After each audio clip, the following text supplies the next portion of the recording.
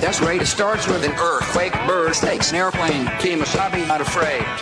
I have a hurricane. Listen to yourself. Sure. World starts its own needs. I'm sure of your own needs. Feet are small speed, run. No strength. The ladder starts with fear. Fight down. Hot wire. And the fire representing 7 games. Government for hours. And a combat side. Left or west coming in. Hurry with your feet down your neck. Team by team. Border battle. Trump dead or rock. Look at that low lane. Fine. Then overflow. Population. Common food. Take yourself. Search yourself. World starts its own needs. Listen to your heart lead. Dummy with the rapture and the river and the right. Right. Patriotic. Patriotic. Stand by. Right. Right. Feeling pretty sight. It's the end of the world as we know it. I know it. You know it. It's the end of the world as we know it. As we knew it. It's the end of the world as we know it. And I feel fine.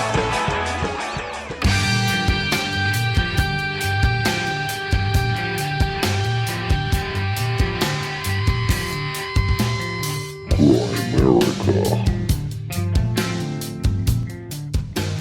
The universe, that's not, we know from experimental evidence that is not the way the universe works. And if you if you treat the universe that way, you will be kicked in the backside.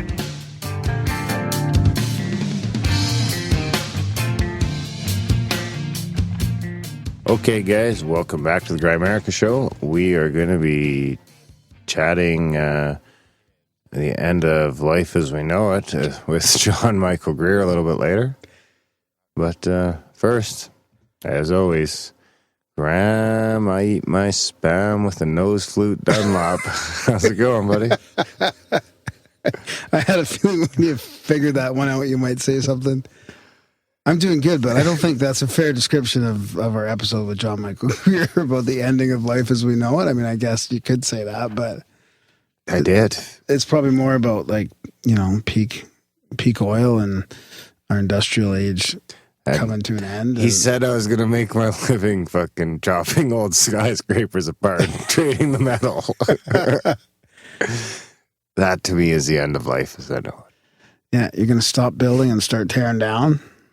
No, I think he's talking about that's a couple hundred years. Yeah, that's some Mad Max shit. No? Yeah. Well, if all signs are kind of pointing to that, like he's an interesting Saudi. Work. Yeah, I wonder if Saudi Arabia is going to invade fucking Syria and then Russia's going to nuke them. Now we'll get to. And you go to the Naked Hippie Library and figure it all out. Well, the U.S. would be pro that, I suppose. I mean, they pretend to be Saudi Arabia's ally, but I mean, really, if those oil fields got nuked, that would sure drum up the price of oil. They probably got nuke-proof oil rigs. They can go send robots into the fucking nuclear wasteland and still get the oil.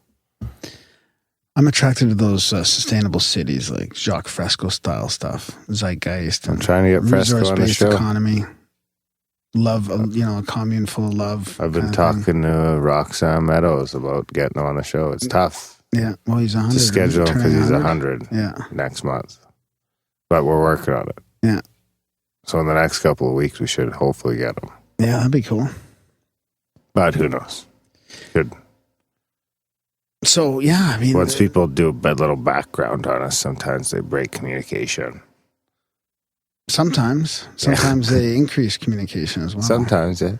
Sometimes they sign up for a monthly fucking donation plan. That's true. We've had listeners listen. Or guests listen, yeah. Listeners listen. Well done. So you think that this Jacques could have checked out our show and said, No, I don't think so. I think he's fucking 100 and he fucking doesn't care about our show really. Well, maybe. When he checks his email again, he'll say, oh yeah, maybe he'll come on. Or maybe he'll just, who knows? Yeah.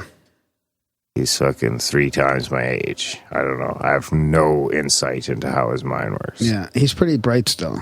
He's very bright he seems pretty swift. I mean, I just watched him in the last Zeitgeist. And did you? That just came out fucking a year or two ago. No, yeah, it was a few years now. 2012 or something, or 2013? Yeah, maybe 2011 or 2010, I think. I thought 2011 was Addendum. And 2013 was... No. Maybe it was 2011 was the last one. Which one was the last one called again? Moving Forward, I think. Moving Forward, that's right. I'm glad you got into that, man. I've been talking about that for a while, and I felt like I couldn't really connect with you on the Zeitgeist I've seen all the Zeitgeist. I don't think I'd seen the Moving Forward, but I'd seen the first 2. Really? Yeah. I watched I Am again the other day, too. January 15th, 2011. So it's already 5 years old. It's Moving Forward. That's crazy. Isn't it? This Grimerica show is 2.5 years old. Yeah, that's crazy. We're old news. Yeah, that's one of those movies that can just kind of change the way you look at the world, especially monetarily. Yeah, it's pretty fucked up. It really is pretty fucked up. How's your search for Peter Joseph going? Profound UFO quote of the week. There's the surprise jingle. Profound UFO quote of the week. Nice try, buddy.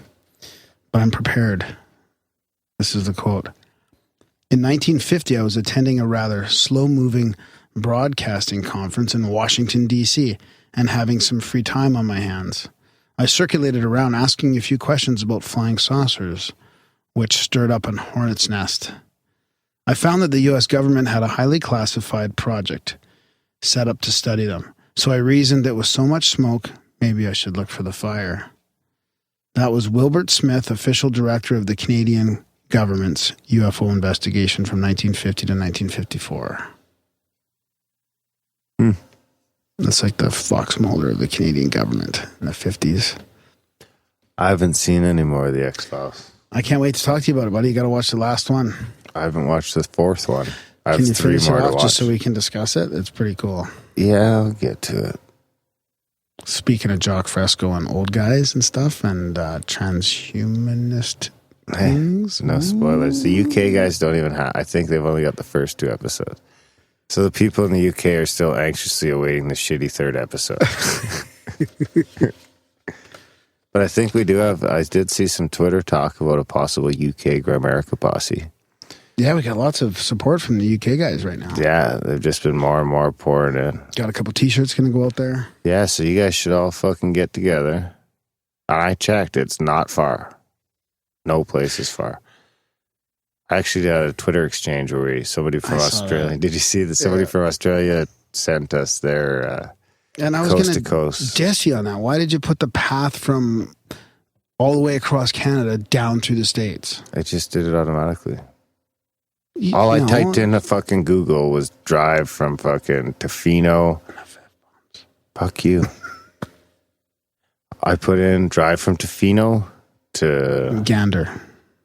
To St. John's. To St. John's. That was Newfoundland. Yeah. And a couple of people thought the NL might have been the Netherlands, but it's not. Yeah. Anyway. You can't drive to the Netherlands. You can't drive to the Neverland from here. But yeah, so I think you could have pulled the map. It was 7. You could have pulled the thing up above. But I fucking didn't. Who cares? It's faster to drive through the States. No, that's not why it's faster to go down to the States than it is to drive through Ontario. Is that what it is? That what slows you down? It takes 24 hours to drive through Ontario. Is that what slows the whole thing down? Yeah. It was still 82-hour drive. Yeah. It was 7,750 kilometers. What did you start from? Tofino? Why did you start way up there in Tofino and not Victoria? Because Victoria's on the fucking west side of the island, or the east side of the island, and Tofino's on the west side of the island. Well, yeah, you're right. There it is. 82 hours. And it goes down. I'm right. Yeah, mind you, who would have fucking thought? It gives you a couple options here. Okay, so go to the through Canada option. Oh, wow. Oh, yeah. No, Canada's way north. Yeah, I see what you mean. So go through. It's actually quite a bit north. What happens if you drive through Canada the whole time? Is that an option? I'm trying to make it work. Make it so you go to Thunder Bay. There we go. 86 hours. It's only an extra 4 hours. So stay in Canada if you're going to do that drive. Huh. 7,500 kilometers. Jesus. So that's like 4 days of solid driving. Yeah. Solid. Yeah. Okay, enough about maps and journeys and stuff. I challenge you to do it. I would like to bring up, well, I know people that have done the trip across Canada. Hitchhiked? Not this, well, yeah, that too, but not straight 4-hour drive. Why would you bother? Driving in the dark through the prairies. Just a marathon, stealing gas, running out of gas, turning around.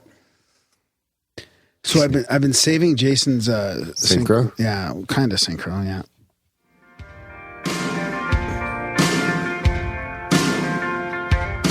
I want a good score for my synchronicity. If Graham reads it out, then Darren might give it to me. Hey, don't you please read it low, yeah. Okay, first of all, Jason emailed about getting John Michael Greer on, right? And so Jason B. Jason B. I don't want a rating for synchronicity because I've summarized his email. I've kind of just hacked it up a little bit and trying to read little parts of it. So I don't want to take anything away from his lengthy email. Well, you're and gonna, synchronicities. So. and I'm gonna rate it. And Jason, if you have a fucking issue, you can take it up. Graham at Grimerica. Graham at Grimerica.com. So, anyways, he actually. Anyways. Yeah. As with most synchronicities, context is everything, right? Mm-hmm. So he says it all began back in 2005 when I discovered psychedelic trance music and also became interested in conspiracies around the same time. I wonder if that's like Spongle.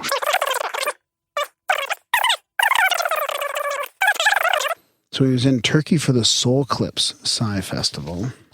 That was one thing. And a synchronicity happened there. I can't get into that one though.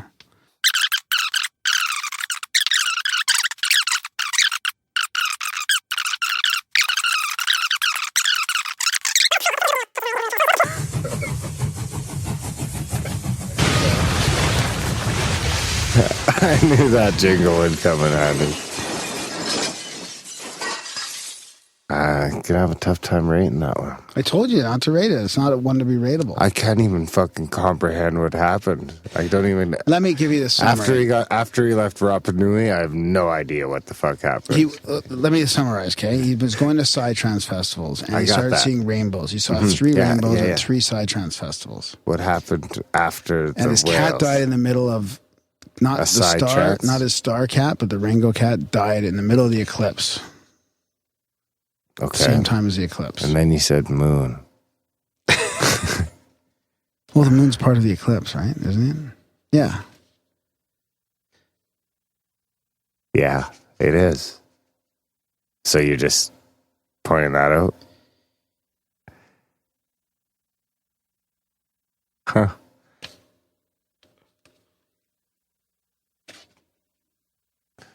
Well, if he keeps seeing rainbows at Transfest, maybe he's supposed to try experimenting. Doesn't come out of the closet? Not that there's anything wrong with that. What else you got? I got some feedback from the last couple I episodes. feel like poor Jason is just gonna... We're going to have to make a note of the time. No. That was like such a beautiful disaster. It needs to be fucking shared with the world. No. What were we saying? Make a note. What were we saying? I don't want to do that. 16 minutes. No, I'm giving... Is it? Yeah. I have to go back from there.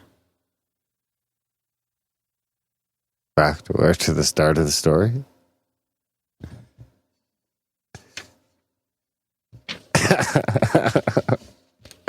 What are you going to do? Are we starting the story over? Yeah.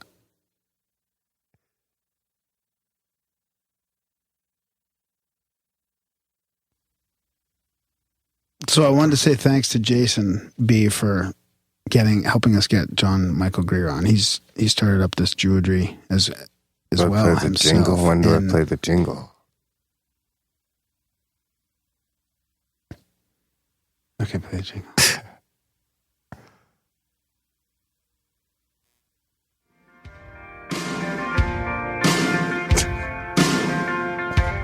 I want a good score for my synchronicity. If Graham reads it out, then Darren might give it to me. Hey, don't you please read it low, yeah. I never noticed that growl before.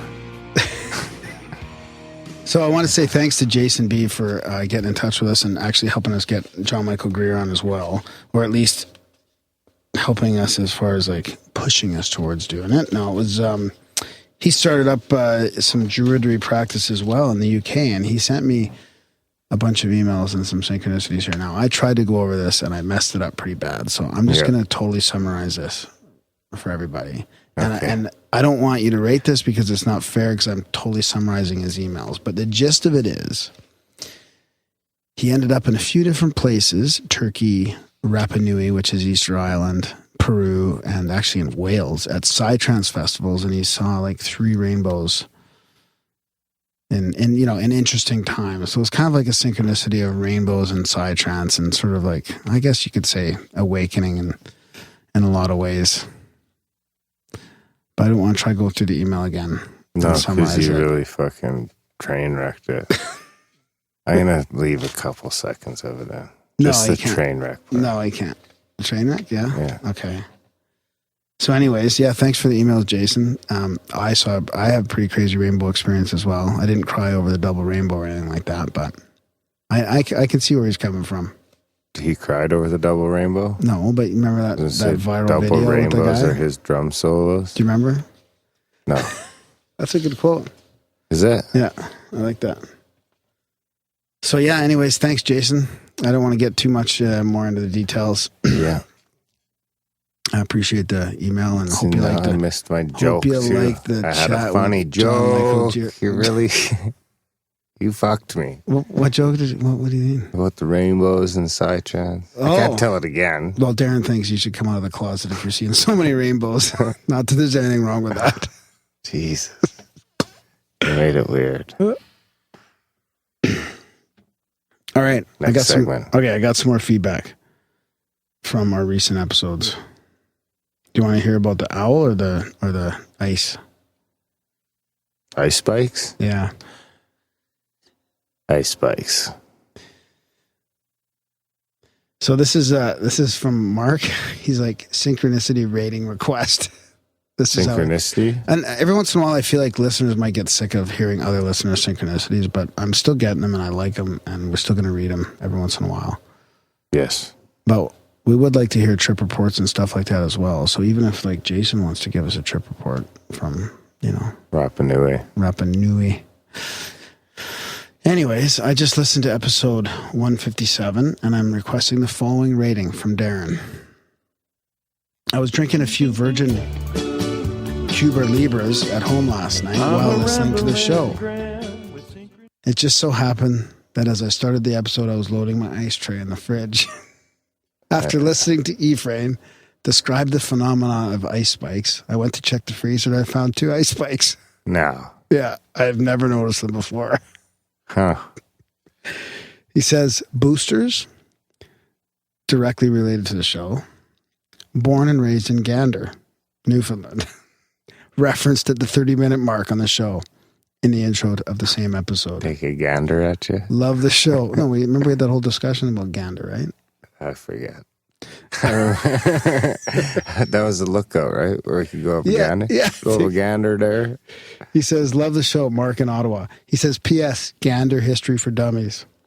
Number 1, airport created as the final refueling station for all American World War II planes located as far away from coastal views of Nazis while on a plateau.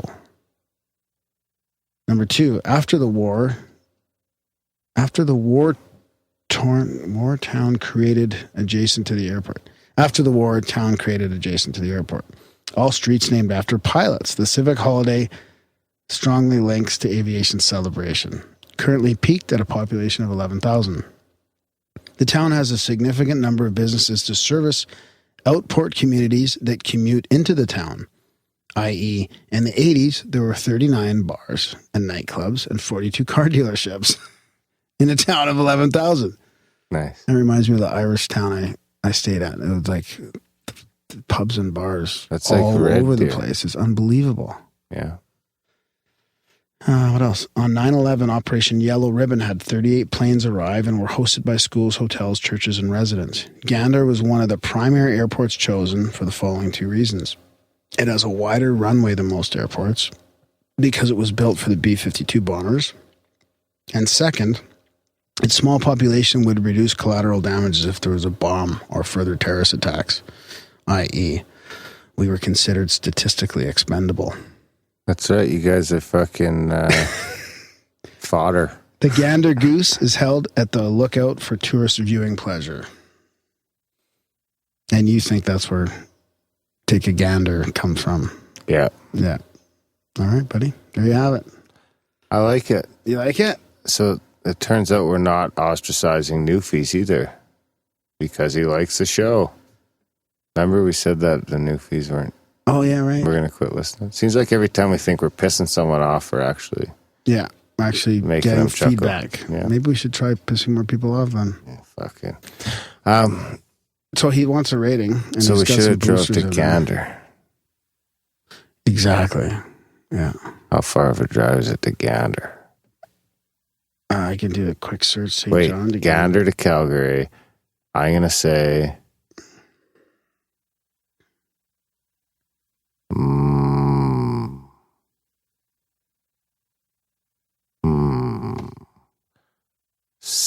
66 hours. It is. Gander doesn't even come up on Google Maps. Yeah, it is. How much would you say? 66 Fuck hours. off. Yeah, You're looking at it. I'm not looking at anything. What? 66 hours Are you kidding me? and 0 minutes. No. Come on. You fucking looked it up I before. swear to fucking on my kids, I didn't. Look, right there, 66 hours on the nose. I'm psychic. I just did That's- quick math. I figured it was about 17 hours from here to Tofino, so I took that off at 82. Yeah, but that's right on the nose. Like, it's not 66.15 like it tells you it'll do. It's right on the nose, 66. That's pretty good. So when I took the 82 less 17, I came up with 65, and then 66 just sounded cooler. I could lower that down by dropping it through the states. To 65? No, actually it doesn't. Anyways, okay. So what does that count as? I don't know. That's Well, adds to the rating sync, is right? synchronicity. I fucking randomly guess the exact fucking drive time. Yeah, from here to there. Wonder if people think I cheated. Probably, but that's okay. You think I cheated? So. I did. I think you did. Yeah, I thought. But I swore on my your kids. little tablet there, or you got it on your phone, probably. No, I swore on my kids. All right, I pretty trust good. you. So I think we'll give it.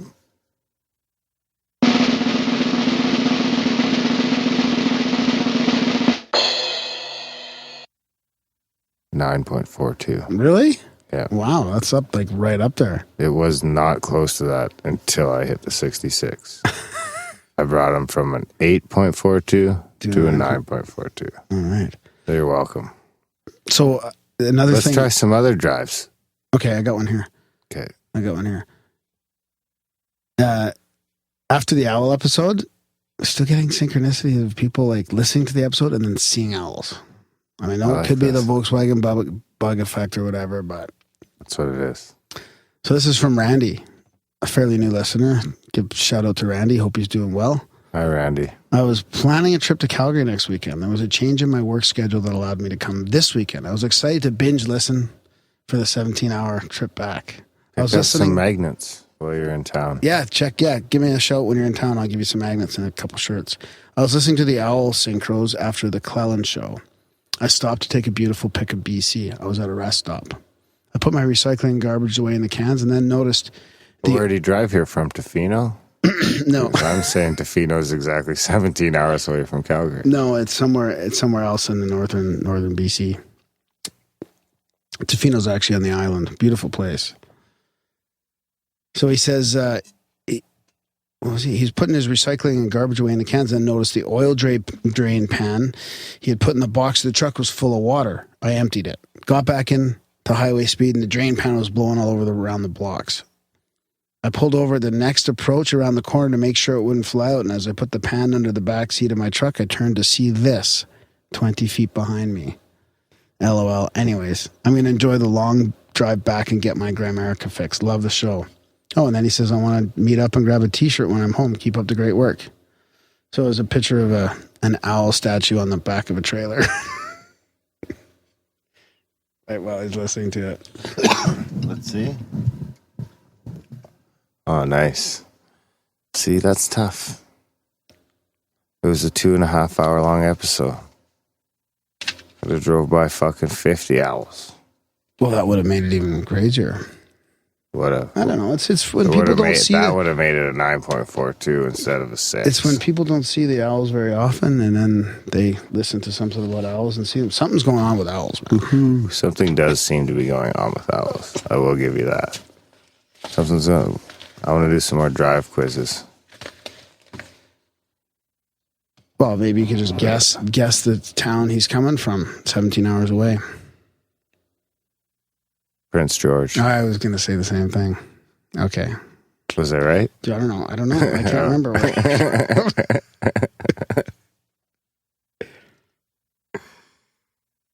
Hopefully we didn't just single him out. What are you doing over there? I'm checking Prince George Chicago for you, buddy.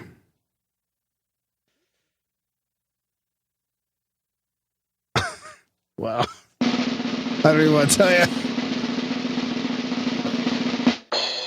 It's 9 hours only. Son of a bitch. Yeah, we should do that. Oh, well. Maybe it's Prince Rupert.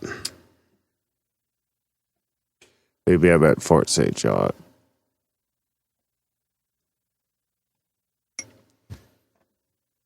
Maybe it's Stefano. No, I don't think so. No? 17 hours, Prince Rupert. Is it? Mm-hmm. Perfect. So if we just take enough guesses. Actually, it's 1732. I don't want to, All right, buddy. That's about it, man. We'll save some other stuff for next show. Support the show. Yep. Grimerica.ca/support. Yep. Help us stay ad-free. Thanks to all the people that have free. supported. Yeah. And we've got a bookshelf for Yeah, our we books got a here. new bookshelf. Cleaned up the studio a little bit. We got some more magnets. Yeah. Yeah, so How do check people out get magnets? $5 donation? $5 donation or all new subscribers. Alrighty. So if you want magnets, let me know. Let Graham know. Donate and put it in the PayPal note. Send your cash. Send your spam. That's about it. Oh, yeah, we're thinking about getting a new computer. So, yeah. You don't want to talk about that? Well, I don't know. I mean, we were just thinking about it because that's our constraint now for sound, right? That's our next. How old is that computer? 8 years. 8 years. 8-year-old Mac. This is just the one we still use runs to record. well. I mean, we have a laptop in the studio as well, and James donated a Skype dedicated little laptop here for us. But, It runs a lot better. But that's for the sound recording and everything, right? That's the recording computer, yeah. Which, I mean, this little thing records now too, but I don't know. That's for backup. That's the backup. Yeah. Imagine we would have had that when we lost all those episodes. I know. And that'd be Then nice. Martin Blank's episode would have got released. Yeah. Anyway, check out grimerica.ca/support. Check out grimerica.ca to spam Graham, to leave a voicemail. Review the show wherever you can. Share the show wherever you can. Comment on the show.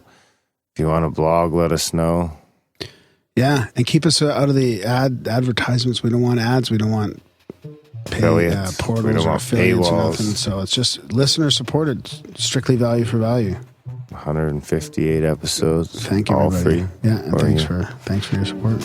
Yeah, thanks for listening. Thanks for putting this up with us. And enjoy the chat with John Michael Greer. Yeah, it's a great chat. Great chat.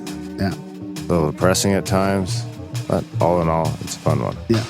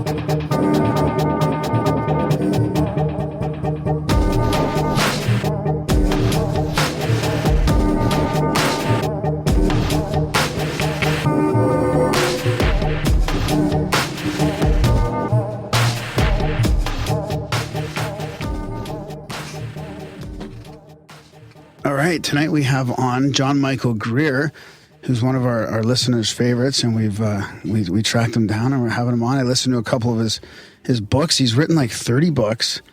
A lot of it centering around Jason, actually, because Jason would not leave me alone until we had John on the show. Yeah. No, well, I've got a big email to read of Jason's one day as well. So he's focused on a lot of stuff like the decline of our modern civilization and peak oil, and even stuff like green wizardry. He is actually a druid as well. He's the current head of the Druidical Order of the Golden Dawn, and he used to be Grand Archdruid of the Ancient Druid of Druids in America. He's got a lot of fascinating stuff. I listened to a couple of his audiobooks, and they're definitely thought-provoking. So really happy to have you on here, John. Thanks for coming on. Well, thank you very much for having me. It's a pleasure to be here. Yeah, you know what comes up for me right off the bat is because I was listening to your... I meant to actually read some of the titles of your books, too. The Ecotechnic Future was one that I listened to. I'm glad you had some of them on audiobook, and then also The Long Descent, I think was the other one. But it's amazing to me how you were talking about a lot of stuff in the Ecotechnic Future about migration and, some of the politics and stuff like that. So I was kind of thinking, like, what are you thinking nowadays? Like a few years after that book, and then we have ISIS, we have this mass migration problem, and we don't usually talk about current events too much in Grimerica. Like we usually kind of keep to the fringe. So, but I mean, you must have a lot of thoughts about what's going on with the political system and the global events. Well, actually, one of the things that I found most striking, I mean, anyone who makes predictions about the future is it's a crapshoot no matter what kind of basis you have. But so far, my predictions are coming up pretty much ahead. I was, in fact, as you noted in the Ecotechnic Future, saying, okay, look, we're facing mass migration. As the existing world order breaks down, as food and water start becoming scarce in various parts of the world, economic systems break down, all the usual nonsense. That's one of the things that happens. You get vast numbers of people migrating across the landscape, going anywhere they think they can survive. That's what's happening right now with people pouring out of the Middle East into Europe. That's been happening, of course, for quite some time in the United States, where you have lots of people coming out of Latin America looking for a better life for themselves. But it's a complicated thing. But the thing is, these things always happen. One of the things I think that blinds most people to what's actually sitting in front of their faces is this notion that it's different this time. We're different, we're special, we're Destiny's darlings, we've progressed. And so none of that stuff that ever happened in the past, none of that counts, none of it could ever happen again. We get some really wonderful new exotic Hollywood future, or we all die horribly. It doesn't matter as long as it's different. I'm totally guilty of that. I'm totally, because I was thinking, like, that's one of my main points here to talk to you about is you go into the historic cycles a lot of the decline and rise of empires and about civilizations crashing and falling, and I have the sense that we're different. Like I have the sense that with the internet, with our awareness of what's going on, like we must be different with the technological advances. Exactly. The thing is, you've been taught that. You've had that pounded into your head over and over again since you were old enough to absorb language. It's one of the most pervasive things in our collective culture, in our collective imagination. The media is yelling it at you all the time. So getting out from under that mindset, out from under that programming, is a hugely important as well as a hugely difficult step. So do you not think that the internet has been a game changer, though? Like compared to any other time in the world, like we are totally connected now. No, we're not. What happens now is, well, let's talk about it this way. What does the internet do that people weren't doing before the internet was around? We send messages to people. We used to use the post office for that. We look up facts. Well, there are things called encyclopedias and libraries. We send kitten pictures to our friends. There were various ways of doing that. We send anonymous hate messages. Those were called poison pen letters back in the day. Or there were people who did that on the phone also. And obscene phone calls. Oh yeah. There's almost nothing that the internet actually does. I mean, getting pictures of people with their clothes off. You went down to the corner pornography store for that. The internet doesn't actually do anything new. It just means that we do it sitting in the same place staring at a glass screen. Doesn't it accelerate our connection ability to like-minded people, though? Like, for example, people listening to the show or people that we're in contact with that we never would have been able to get in contact with. People, except that's simply not true. Before the internet was around, we had this galaxy of special-purpose magazines and newsletters that served exactly the same places function as web pages and blogs. It's just that now we get there with a click, rather than getting there by, walking down to the corner newsstand.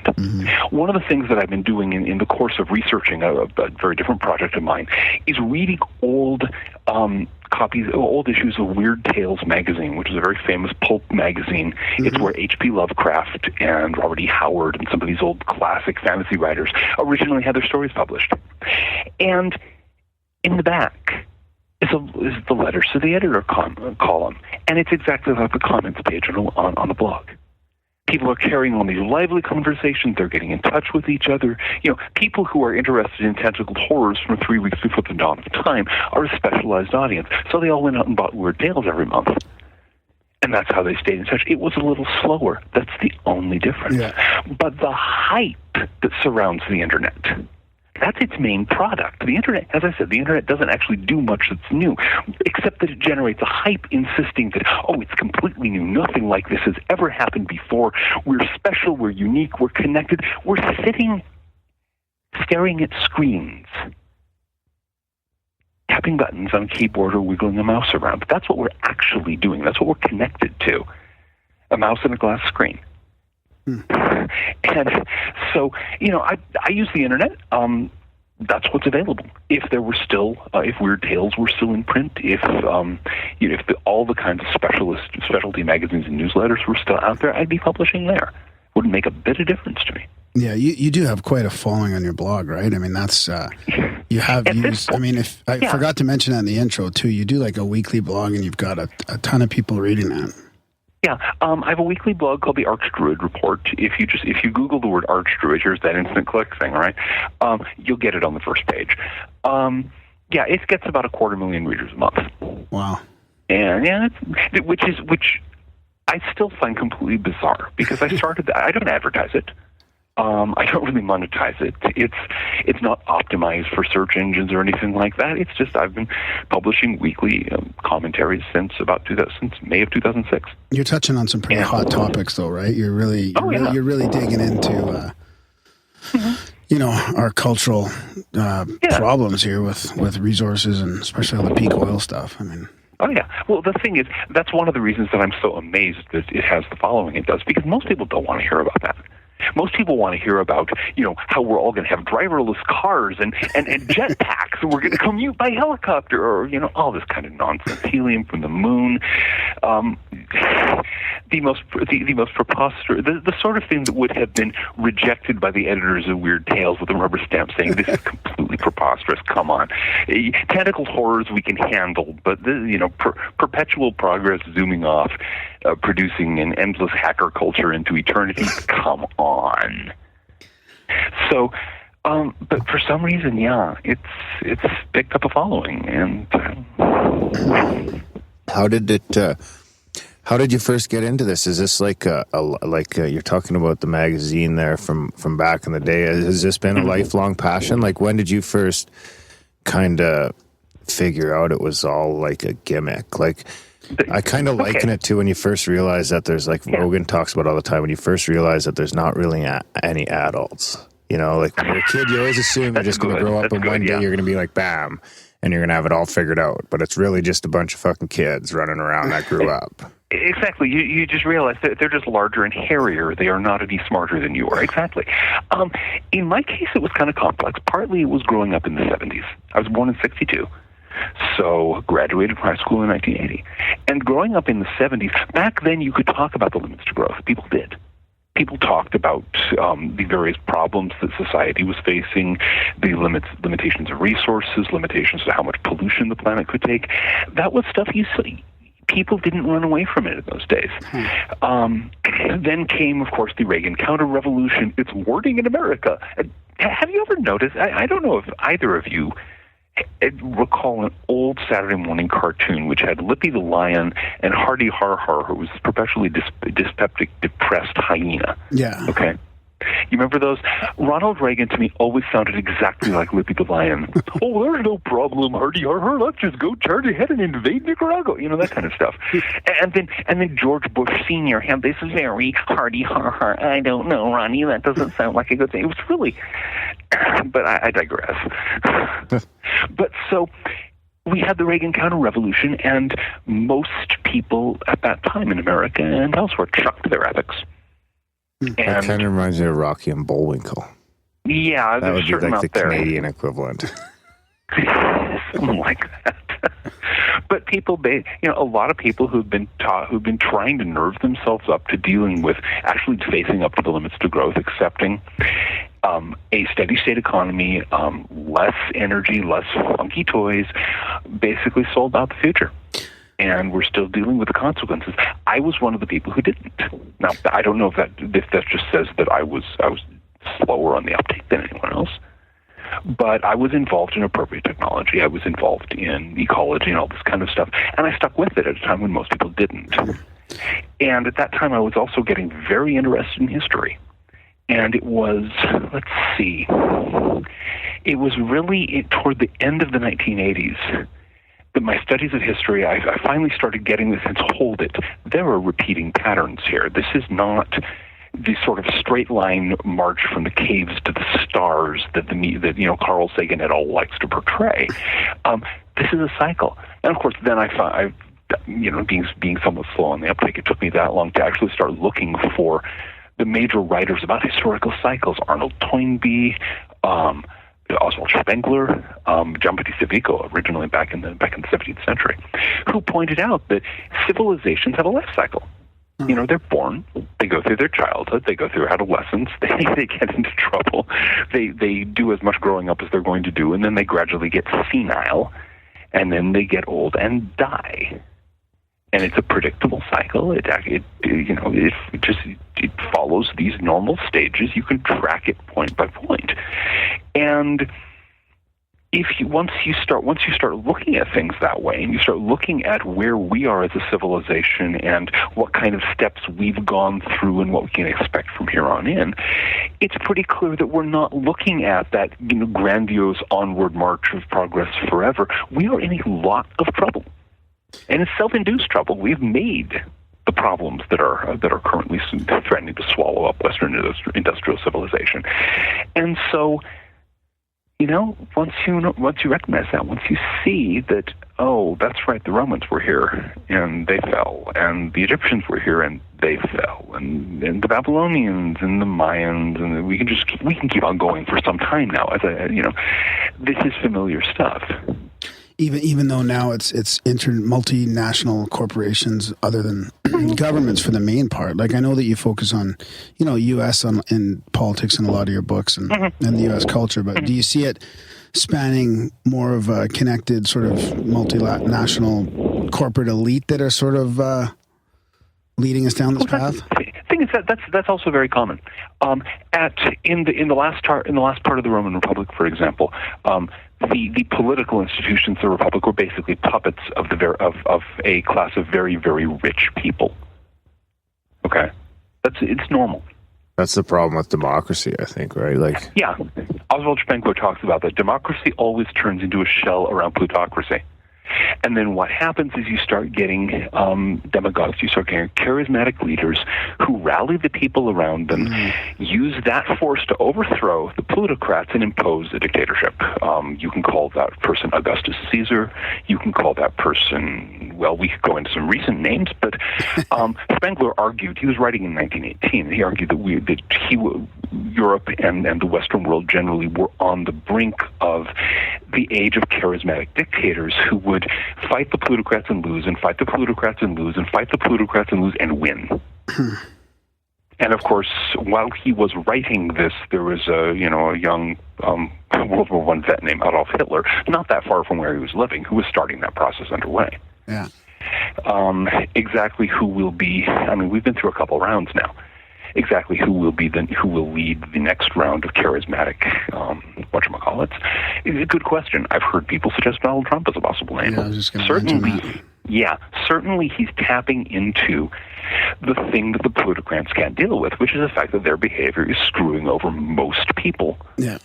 It seems like both sides, right? I mean, Sanders seems to be right there too. Yeah, Sanders. Well, I think Trump was saying something just like yesterday or today that the one place where he agrees with Sanders is that they both acknowledge that people are getting screwed, and that nobody else is willing to say that. Hillary Clinton certainly isn't. I mean, she never met a billionaire she didn't like. So, do you think that that's by design, or do you think that these guys are sincere? Oh, I think Bernie Sanders is probably sincere. Donald Trump obviously wants power, and he will probably get it. I commented around about a little over a month ago now, that I think the most likely outcome of this election season is a Trump presidency. We'll see what happens. But the thing is, a desire for power doesn't necessarily exclude somebody from looking at a situation saying, okay, here are a lot of people who want somebody to speak for them. So, well, yeah, it's almost like that ego like that can play off as like, I mean, how do you go into the history books? You've got to really fucking shake it up, right? If you can be the guy that really gave things back to the people, then, your fucking statue is in front of them. Exactly. Trump could be looking at this and just, with this warm glow of self-satisfaction, imagining the Trump monument in Washington, D.C. 50 years from now. You don't know. Or he could be just in it for himself, and as soon as he gets into power, he'll sell out the people. These things happen. What Spengler was saying is, you go through all this turmoil and so on, and eventually the plutocrats lose because their power depends purely on money, and money is just a set of tokens. It's not wealth. It's not actually anything real. It's just a game.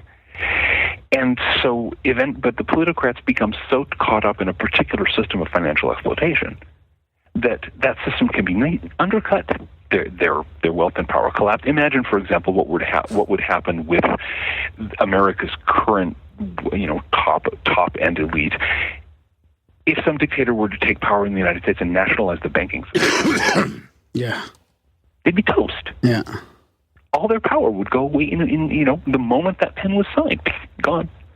And that's exactly what happens to the plutocrats, because they don't actually have their power is always a matter of manipulating institutions. And so the charismatic dictators can always just shove them aside. Yeah, it really is interesting the way he's shattering the paradigm right now that's kind of out there, and both of them are really. Oh yeah.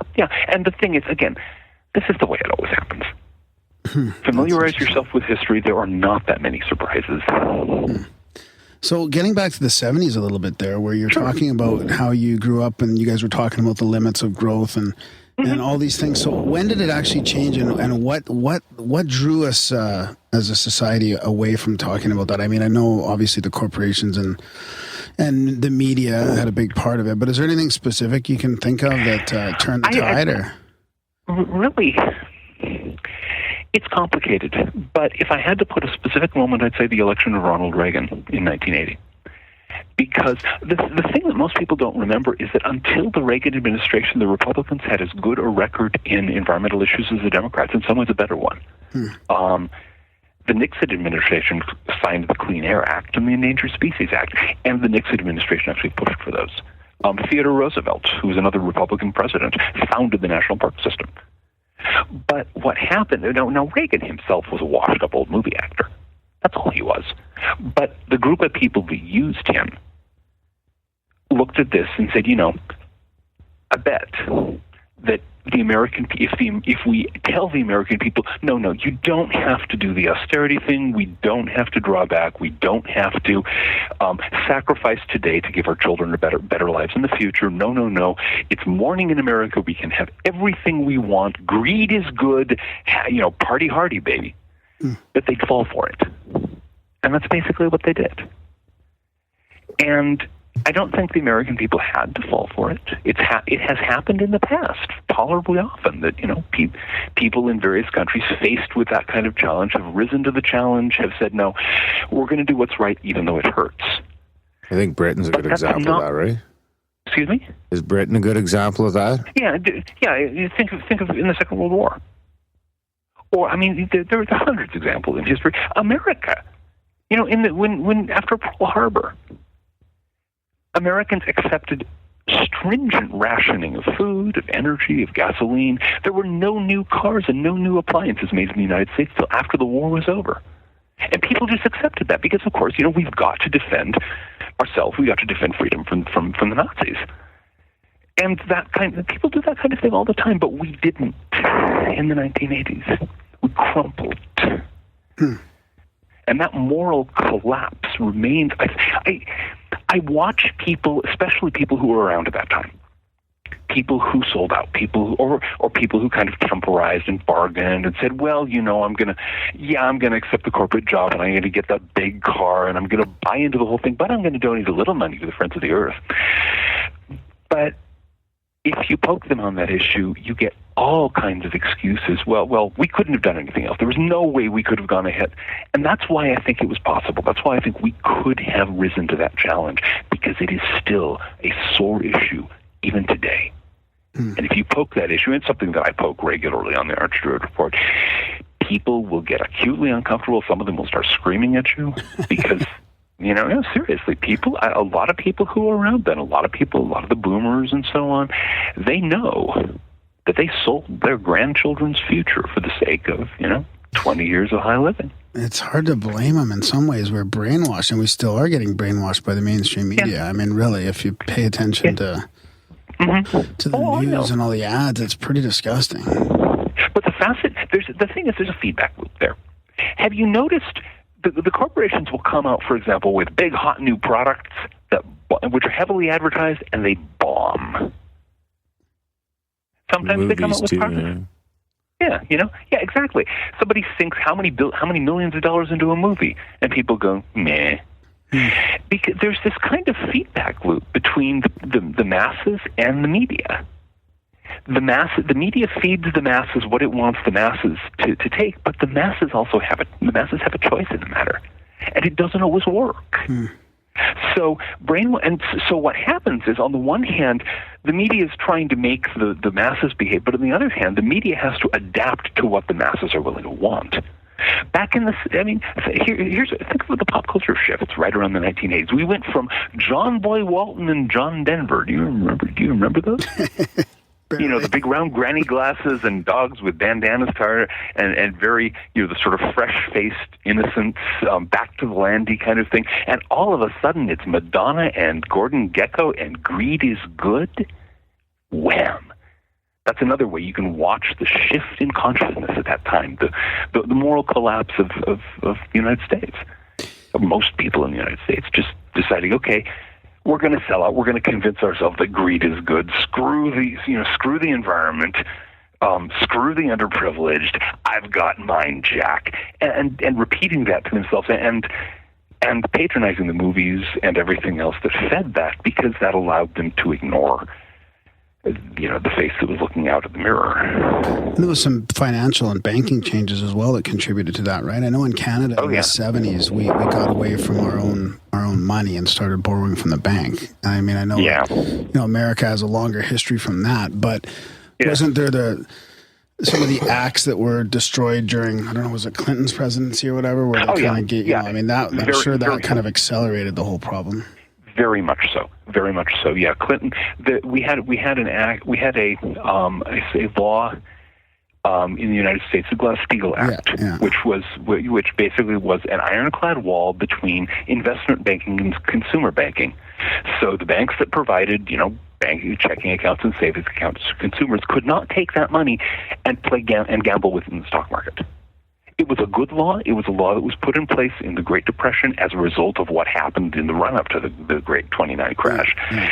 And as soon as Clinton took it down, we went right back into the same cycle of stock market boom, stock market crash that had been stopped cold by that law. And of course, similar things were done in most other countries. And so we end up with the sort of Las Vegas approach to banking. Yeah, we've got hundreds today. of trillions in the derivatives. Exactly. Like, that's just mind blowing. Oh, it's mad. It's absolutely mad. And you get situations, the banking situation right now in Europe especially, dozens of European banks threw just obscene amounts of money into the fracking boom here in the United States, which was a Ponzi scheme. I thought I just saw something about. Did you see that on Twitter, Dan? A Ponzi scheme, like just drive up the price of oil so that fracking becomes profitable. And it was more complex than that, but yes, that was part of it. The thing is, when you frack when you frack a well, okay, you do the hydrofracturing thing, you get this rush of oil. You get a bunch of oil. It looks really good, then production drops off like a rock. So when you first start fracking things, it looks like you've got all this new oil, and you had all the yelling about Saudi America and that kind of crap a few years ago when everyone was talking about how fracking was going to make America energy independent again. It was a Ponzi scheme. Basically, they used that initial glut of oil to get more credit, to get more investors, to get banks to buy lots of paper, except then, of course, the oil started, all the wells started drying up as they're doing right now. And all of a sudden, you can't pay the interest on those loans, you can't cover the cost of the commercial paper, and you've got, a couple of dozen European banks, among others, who are up to their eyeballs in fracking-related loans that will never be paid off, and commercial paper that is worth the toilet paper it's printed on. So they got suckered. And unfortunately for them, several of them are either going to have to be bailed out by the government or they're going to go broke. Wasn't it Iceland that just did something with their banking system there? Did you see them in jail? Yeah. They did the one country in the world that did the right thing. Yeah. They tried their bankers for fraud, found them guilty, threw them in jail. They refused to bail them out, and Iceland's fine now. I think they forgave everyone's mortgages too, right? Exactly. Everywhere else in Europe, no, we've got to bail out the bankers, and they're in a state of Europe is a financial basket case today. And Iceland is like climbing the ranks, I think, right? Yeah. But it's fucking cold. It is cold, but Mind you, it's cold here too. I can say you can get used to that. One of the things that I find funniest is that the capitalist types, the market is all powerful. They go on endlessly about the discipline of the market and how there's got to be capitalism has to have creative destruction. But when it comes to their pocketbooks, oh man, they want those government handouts. Yeah, America is full of welfare queens, but they're not people living in the inner city. They're in corner offices. Okay? No, we are full of corporate welfare queens, big business, big banking, who are right there sucking on the government tit. But when are we going to wake up to the money being loaned to all the nations through usury and all that? Like, it seems like there's more and more people talking about it, but there's never really much, much in the mainstream about it. Like, there's only a few nations that aren't really part of the central banking system, right? Yeah, exactly. No, the thing is that is the core of what Spengler referred to as the plutocracy. Oh. And so, no, people do not talk about it because they own the lending at interest. Yeah, lending at interest is it's the act of a parasite. That's all it is. But that's one of the core problems that I see. Like when you start looking at the higher up view, like that seems to me that's creating a lot of the problems that we have. Mm-hmm. Oh, yeah. There is a reason why both the world religions that came out of the post-Roman world treated lending at interest as a mortal sin. Islam and Christianity. I mean, the Christians got rid of it in the 14th century, but if you read Dante's Inferno, which it's a good read anyway, but you'll find out that according to Dante, people who lend money at interest are further down in hell than mass murderers, heretics, and fallen angels. They are at the bottom of the seventh circle of hell. That's where they fry. And so you get the idea that people in the Middle Ages remembered, because the Roman world had this immense money lending thing. They had the same kind of crap, and it was just as destructive then as it is now. Again, follow your history. And so, the Christian church and the Muslims, they both of these major religions took a hard look at lending an interest and said, no, this is sin. This is evil. This is parasitizing people who actually do something productive for a living. It's you're behaving like a blood-sucking leech. It is a mortal sin. You will fry in hell forever. And by the way, we're probably going to chop your head off anyway, so you'll have to deal with that slightly sooner. Now they and for many years, this Those was are a the guys standard. we laugh at thing. from the third circle. Yeah, but yeah, it's one of those things. Lending interest is a really bad idea. Do you think, among other things, it only works, or it only seems to work for a while when you have an expanding economy. And you only have an expanding economy if you've got steadily increasing amounts of resources coming into your society. In a global economy, well, we've all seen pictures. The world is a sphere. It is not flat. allegedly, we're not importing any significant amount of wealth from Neptune, nor will we ever. So as you hit the limits of the global economy, you then reach the point where there's no room for growth. And at that point, lending in interest becomes lethal. It becomes a disease. Right. And then, well, it's not even like the profit machines generated by these corporations. Like that fits right in there too. Just because they're supposed to make money every month, that's their bottom line, and fucking nothing else matters. So it's just go. Like it's like our entire fucking thing is based on we have to keep growing, and it's like we could just stop now and just be good with everything, and still have an iPad and the internet. There's your problem. But no, the system requires growth. The economic system we have now came into existence during a 300-year period when human beings were breaking into the planet's cookie jar of fossil carbon. And so we basically broke into the kitty and we burnt through it in 3 centuries. Just a party hardy, man, the biggest joyride in the history of the planet. And the problem we're running into now is that it's over. We've exhausted the cheap fossil fuels on the planet, and everything that's left isn't cheap. It's harder to extract. It's costlier. You have to put more energy into it. You have to put more materials into it. So the costs of extraction are soaring. The amount's kind of stumbling along, not really maintaining itself. And you've basically got certain very tender portions of the global economy's anatomy caught between the two jaws of a vise, and they are clamping shut. So what happened to the peak oil thing about 10 years ago? I remember hearing a lot about it in the mainstream, and then it sort of disappeared for a while. I know it got shoved under the rug. Here's basically what happened. The peak. The peak oil thing had been up again and had been out in the 70s. People were talking about it all the time. Right. And then it got shoved under the rug like everything else in the Reagan years. And then in the late 90s, and I was around, I was involved in this, a number of us started looking at the latest stats that were coming out of basically the mismatch between how much oil was being pumped out every year and how many new oil fields were being discovered every year. Mm-hmm. And at that time, it was about 4 to 1, 4 barrels being pumped for every 1 new barrel being discovered. And so obviously there was some talk, this could be a problem. Right. So what happened, as soon as it got through, it started becoming widespread, people started talking about it, you started getting these frantic attempts to cover it up. And the first one of those was biofuels, ethanol, biodiesel. There was this big hoopla around those, except that didn't work very well.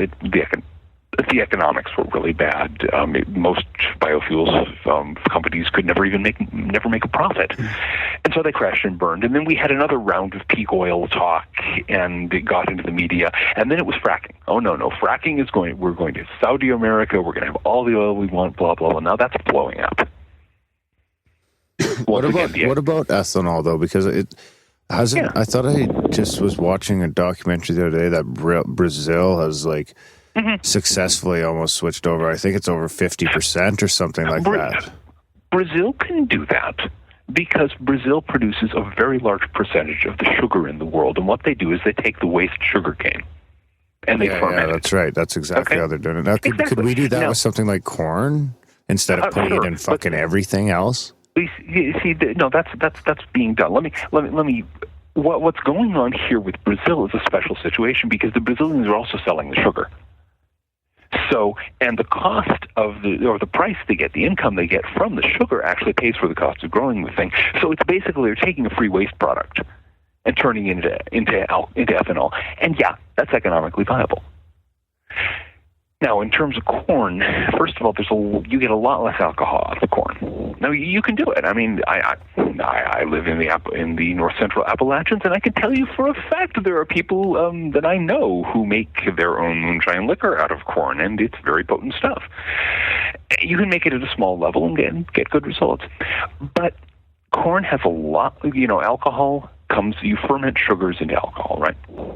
Corn has a lot less sugar in it than sugarcane does. And it's not a waste product.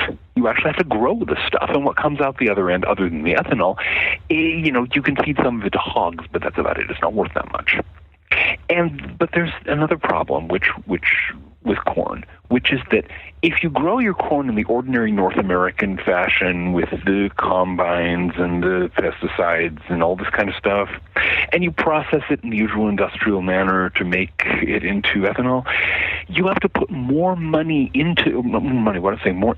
into that process than you get by burning the ethanol. So it's like you're going around buying dollar bills for $1.50. Yeah. And expecting to make a profit. I wasn't going to go there. Yeah. But so that's the thing. That was the thing that ultimately doomed the whole code, because we had a huge amount of corn ethanol being produced down here in the United States. We still have some because there are government subsidies. And so it's become what I call a subsidy dumpster, a place where government subsidies go to die and people make a living, basically, again, sucking off the government tit. Wasn't there another problem with the peak oil that they actually legitimately started finding a bunch more oil, like a bunch new areas in the 2000s? Very, very, very small amounts. Compared to the actual amount being extracted, not hardly enough to matter. I mean, there was more being discovered. There always is. It's a long, slow curve, but it's been. I think 1984 was the last year that we discovered more than we've pumped. And 1984 was a long time ago.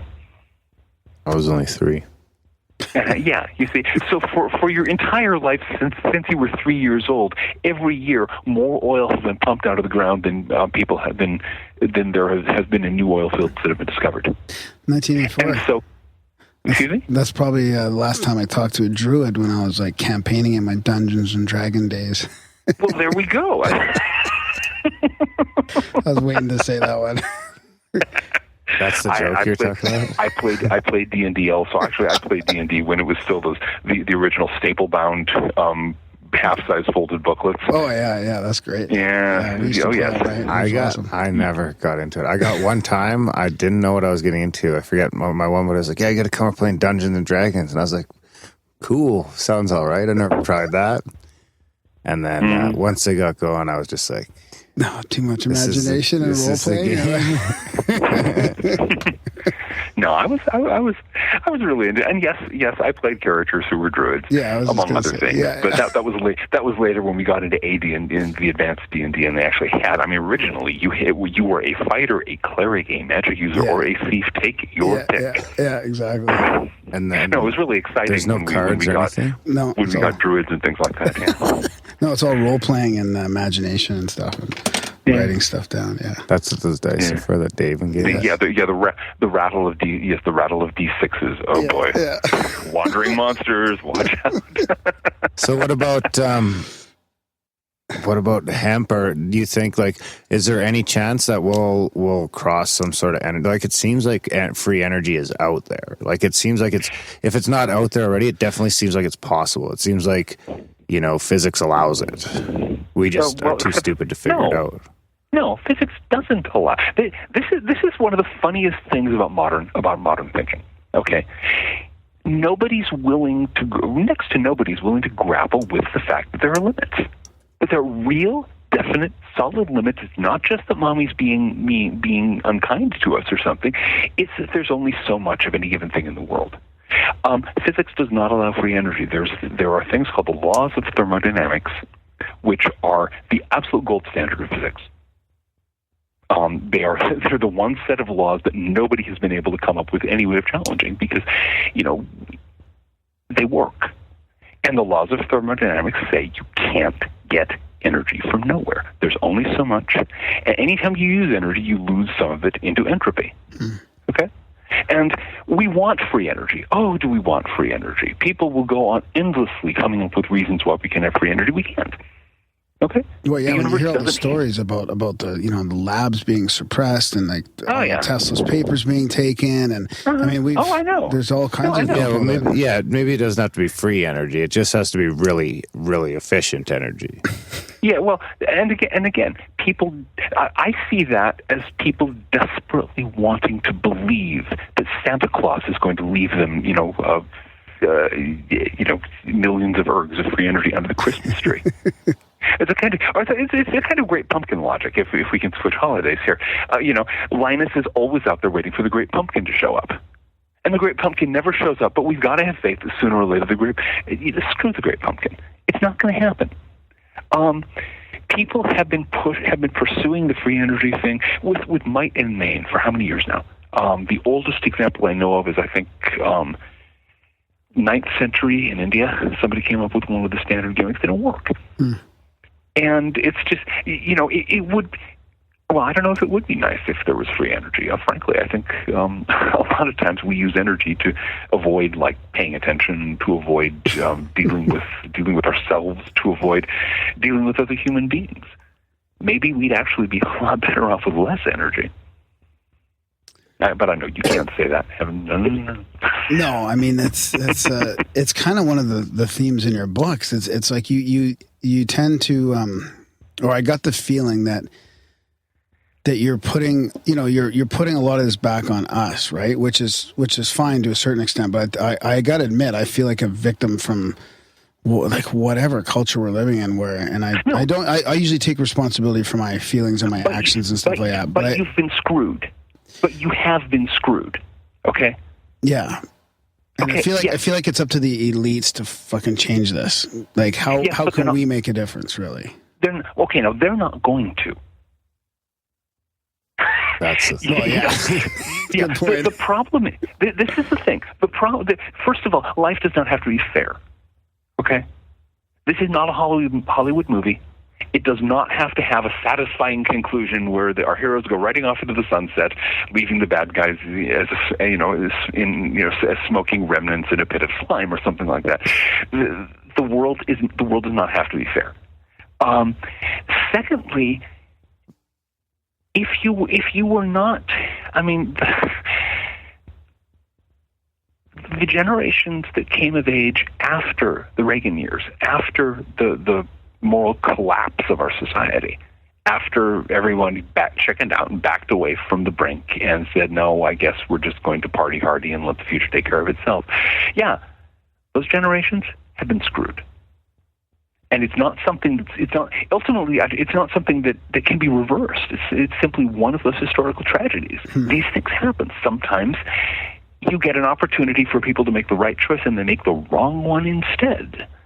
And everybody who comes after for generations has to deal with the consequences. Is that fair? No.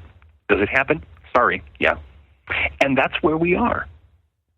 People who came of age after about 1986 or so, after the damage was done. Those of you who hit adulthood in any time from then on until now. Yeah. Well, you guys got comprehensively screwed by the older generation. They cashed in your future to power their SUVs. Yeah, it's fascinating. I mean, having said that, I feel like a victim to our advanced society in that way, where I feel I feel resentful, and usually I'm trying to be aware of those kind of emotions. But understood. But there is a need, or not a need, but a desire to also just being part of one of those, zeitgeisty kind of Jacques Fresco and resource-based economies where there's, you just get away from all this, go off the grid and just figure shit out on your own. There's definitely something attractive to that. So I can see how, after studying that would become probably more attractive, really, just getting into that. You know what I mean, Darren? Like those societies that just, well, kind of, but that's not really the right word, but it's kind of probably one of the more appropriate words. I would make it the right word. Well, there are concepts that are hard to put in words. Language is a blunt instrument. Especially English. But yeah. Or so I'm told. I don't know any other languages. I do.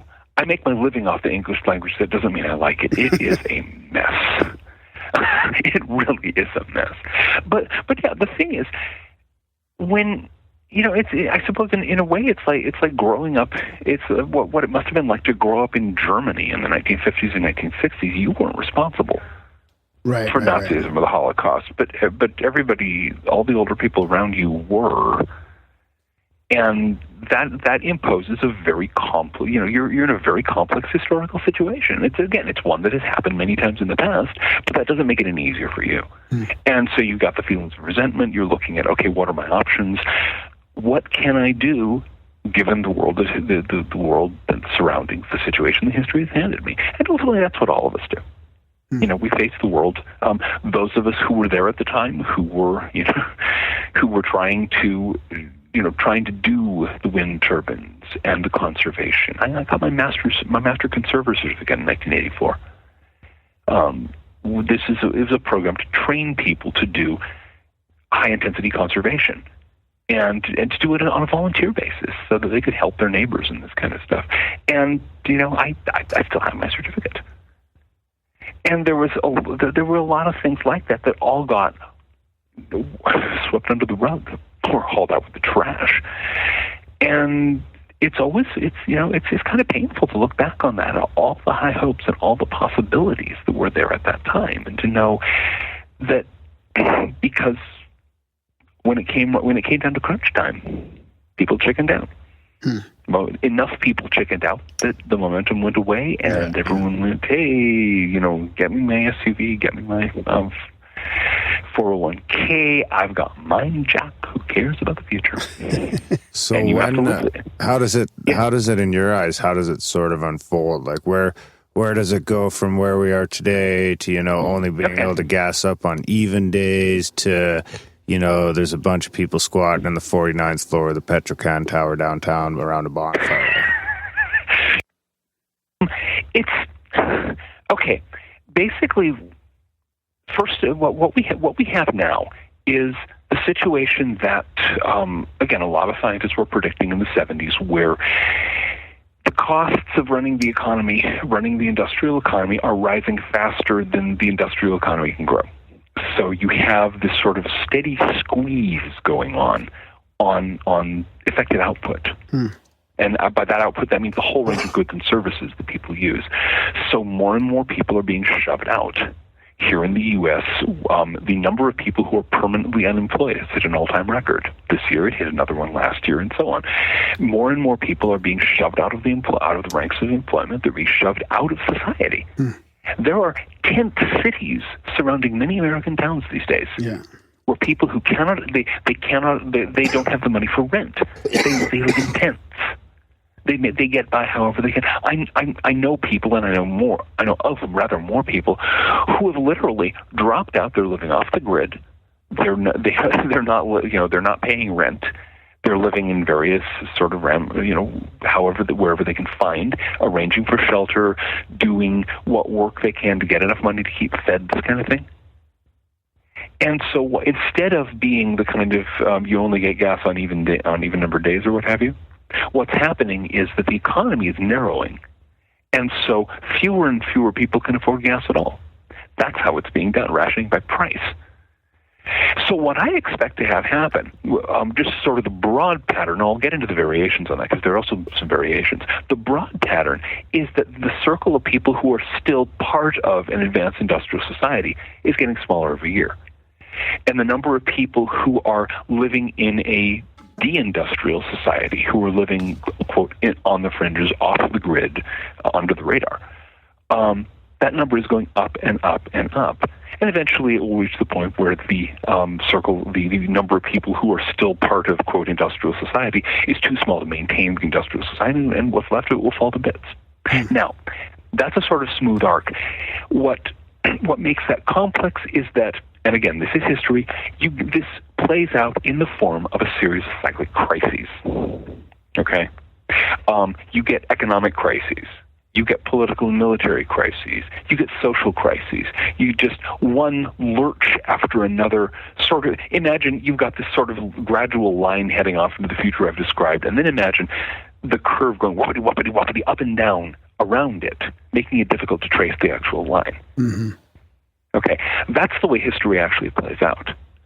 So, we have right now here in the U.S. a burgeoning political crisis where most Americans think that, the politicians who run our country have only their personal advantage and are not going to solve any of the problems because they're profiting from their problems. I mean, you get situations like this, the exit polls that shows, do you think Hillary Clinton is honest? 5% of the voters say yes. But still 50% vote for her. We'll see. We'll see how long that lasts. It seems like a big change already in the... You know what? You also notice how the news, everyone's kind of lightening up on Trump and Sanders, just in case. Because they've realized that one or the other may win, and you do not want to be, the one who is constantly mocking the guy who now sits in the White House and could have some real power over your career. So oil's running out, and we're on the long descent to basically. So oil was but again, running out meaning that we're going from light sweet crude, we're going to fracking, extractive tar sands, scraping the bottom of the barrel. It'll be running out for the rest of your life, but there's less and less of it available every year. So we're going to have to go back to those will it go to hoarding? Because we got a bunch right up the road here. Of what? Well, we live just right the tar sands. Oh yeah. So it's like, well, it's way up north. I wonder, it's not here. It's I know 7 hours up north. But we could go get that shit to run our cars. The tar sands, that's it's not quite the same kind of Ponzi scheme as fracking, but it only makes any kind of financial sense if oil is 3 digits a barrel. Exactly, which will be. I mean, is that kind of when it gets back up there the next time? That's when when it keeps going up. I guess after it hits 100 and keeps going up from there. Well, no. That's exactly it. What we've seen so far is that oil will spike and then it crashes and then it spikes and then it crashes, then it spikes and then it crashes. And the spikes are caused by people bidding up the price, and the crashes are caused by the economy dropping out because they can't afford $100 a barrel oil. And so what's going to happen down through the next decade or two, maybe even longer, is that the price of oil will spike up, and as it rises, it passes about $50 or $60 a barrel, maybe $70. You'll see people opening the tar sands things again and starting to extract tar sands, and they'll invest a lot of money into that and pay all kinds of resources, and the bottom will drop out of it again, and they'll all go bankrupt. Meanwhile, somebody's making a fortune when it bottoms out as well. Yeah. And so it just goes wham, wham, wham, wham, causing massive economic and ecological disruption on both ends of the swing. Huh. So what about this? I want to ask you about this abiotic oil theory as well, because there's there's people that think that the Swedish scientists and the Russian scientists and NASA even admitted that abiotic oil might be a reality. There may be a small quantity of oil that's being produced abiotically. I have yet to see any good evidence for that. But the rate at which the thing that matters is how fast is it replenishing existing oil? Not necessarily how. It's just how fast. It's how fast. Yeah, exactly. Yeah, okay, let's imagine that we've got abiotic oil being generated at a rate of, say, 25 gallons a year. How long is that going to take to produce enough to power an industrial society? Now, in fact, more oil, even if the official version of oil production is correct, which I think is quite possible, more oil is actually being created all the time, and 40 or 50 million years from now, there's going to be a lot of oil around. Right. Unfortunately, waiting that long for your next fill-up is kind of a challenge. What about nuclear or fusion? Okay, fission power, we know how that works, and the basic thing is that no country on Earth has managed it without huge ongoing government subsidies. It is a white elephant. It does not pay for itself. You can have nuclear power if you're wealthy enough to keep on shoveling money down a rat hole. But that's all. Okay, it never pays for itself. Just literally never. France, of course, has all these France puts a huge amount of money every single year into keeping those nuclear power plants afloat. They can afford to now. As things contract, not so much. Now, fusion. When I was born, scientists, the physicists, and so on were saying we'll have commercial fusion power working in 20 years. When I graduated from high school in 1980, the same scientists in some cases, were saying we'll have commercial fusion power ready in 20 years. Now, I'm in my 50s. Commercial fusion power is supposed to be ready in 20 years. I am convinced that 10 million years from now, when the last human beings die off and the descendants of chipmunks become the next intelligent species, fusion will still be 20 years in the future. There are actually very good reasons to think that you can't do it on any scale smaller than a star. And unfortunately, now we do actually have a fusion reactor handy. The Earth orbits around it. It's 93 million miles away, which is convenient, so we don't fry with the radiation. And the energy that we get from that, the solar energy, is in fact one of the major energy sources we'll have. It's great. The only problem is it's really kind of diffuse, and it's intermittent, and you can't maintain the kind of extravagant energy wasting habits that we're used to on that gentle, steady trickle of energy we get from the sun. Can you do marvelous things with it? Of course you can. We should be doing everything possible with solar energy. Now, admittedly, up in Canada, you've got kind of a shortage there a lot of time. But large parts of the world, why anybody in the southern half of the United States doesn't have a solar water heater on their roof, for example? Yeah, or even like I was looking at, even if you can get a little windmill, it's like you can offset. There's people who got these little windmills, and they're making enough power to power their whole house, and the hydro company sends them a check. Yeah, if you live in a good wind area, you can do that. You can also simply power down your lifestyle to the point that you can get by on a modest amount of 12 volt, which is not difficult to do, actually. And so you have a 12-volt system with a few batteries in the basement, and you run, a couple of lights and a computer and a stereo. Okay, cool. It's a lot better than people had in 1900. Hey, I got a headline from Lockheed Skunkwork right here. It says, we're engineering a better tomorrow. Compact fusion is closer than you think.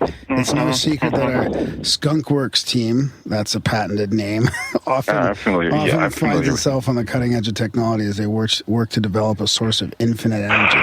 So basically bottling the sun in a magnetic bottle, they're saying they're going to... And that's been tried since when? Do you happen to know? Yeah. 1952. It doesn't work. What this means is that the Skunk Works probably they were running out of spy plane designs, and so they decided to get some government subsidies in a different way. Fusion is the subsidy dumpster to end all subsidy dumpsters. Okay, we've poured billions of dollars down that rat hole, and it is really, really successful at maintaining the careers of physicists in the fusion field, and that's fine. It doesn't work. There are, as I previously noted, very good reasons to think it will never work.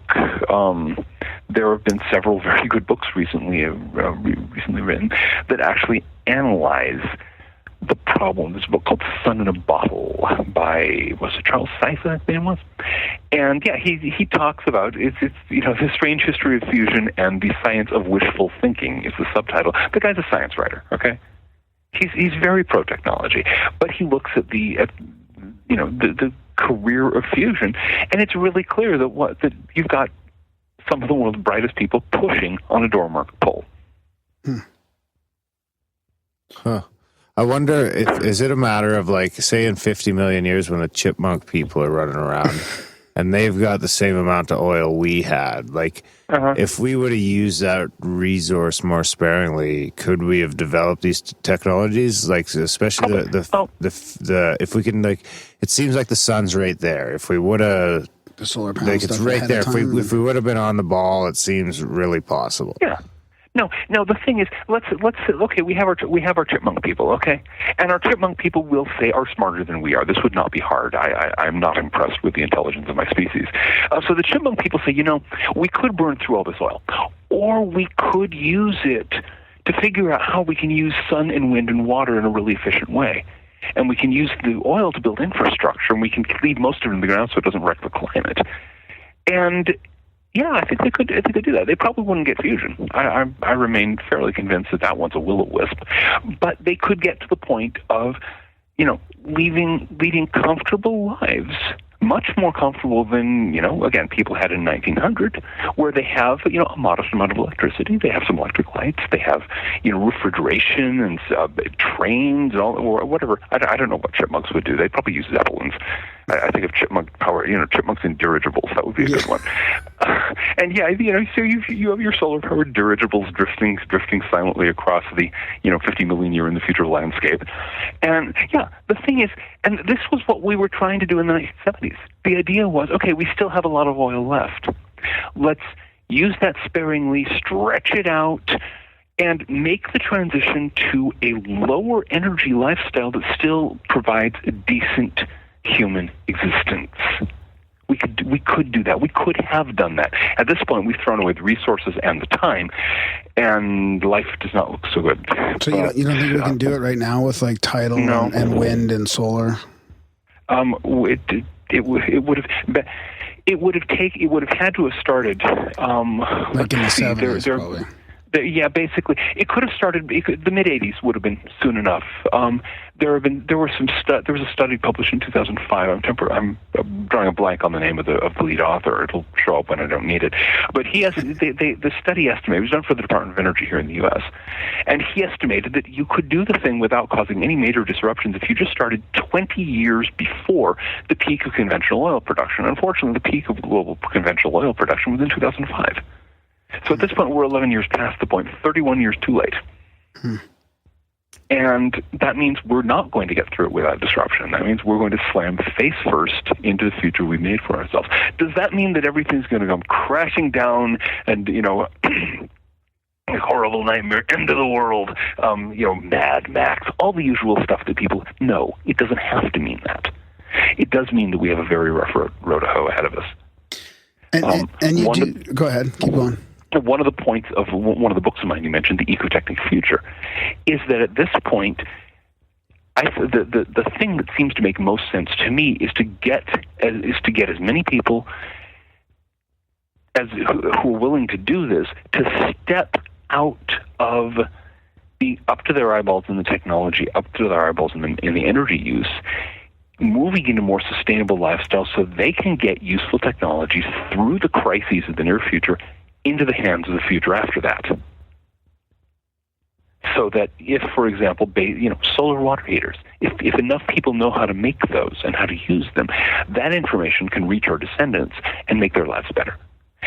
Windmills, that's another useful technology. There's a lot of useful things that we happen to know now that could be passed on, as long as people aren't too busy staring at little pictures on glass screens to do anything. Well, they could just Google it. The cloud should still be there. As long as Google laughs. Well, we're only one EMP wave away from, One of these days they're going to build the next cloud and they're going to accidentally hack into the Akashic record. I'm convinced. Nah, they upgraded those to Akashic 8-track tapes a long time ago. No, the cloud is, to my mind, one of the scariest things in existence, it's precisely because weird, eh? all it takes is one electronic burp and it's all gone. Yeah. I like books, the physical kinds made with cloth and paper and things like that. They're much more durable. That's just it. I'm going to buy a book on solar water heaters. Yeah. What else would you need? A windmill, a solar water heater, and a garden. That's the thing. I don't think you can. It's a bitch to pull that shit off in Canada, man. It's cold. But it can be done. It can be done. It can be done, but you're like... There were people doing it on Prince Edward Island back in the 70s. It's fairly cold there last I checked. It's probably worse than Calgary, yep. Think? Yeah, but you got the ocean. What the fuck do you got here, man? There's nothing. What does the ocean have to do with gardening? The power goes out, there's a million Calgarians, and there's nothing to eat. Yeah. what kind of climate change have you been having? Are you getting the same kind of drought things that they're getting further south? Well, it's always pretty droughty here. Like Calgary's heralded as one of the sunniest cities on Earth, right? We're supposed to get 300 plus days of sunshine a year. Mm-hmm. So we've got a little river. It doesn't rain a lot. Like we keep a garden, but you have to water it every day. I understand. Yeah. Now here's the thing. Okay, you've got all this sunlight. Why isn't anyone doing anything with, do you have a solar water heater on your roof? Do I know? If you've got 300 days of sun a year, you probably you would think, yeah. You probably produce most of your hot water that way for free. Mind you, in the winter, it's only sunny for like 7 hours, but still. Yeah, and the sun's like behind the horizon because it's only 3 feet off the horizon. Gotcha.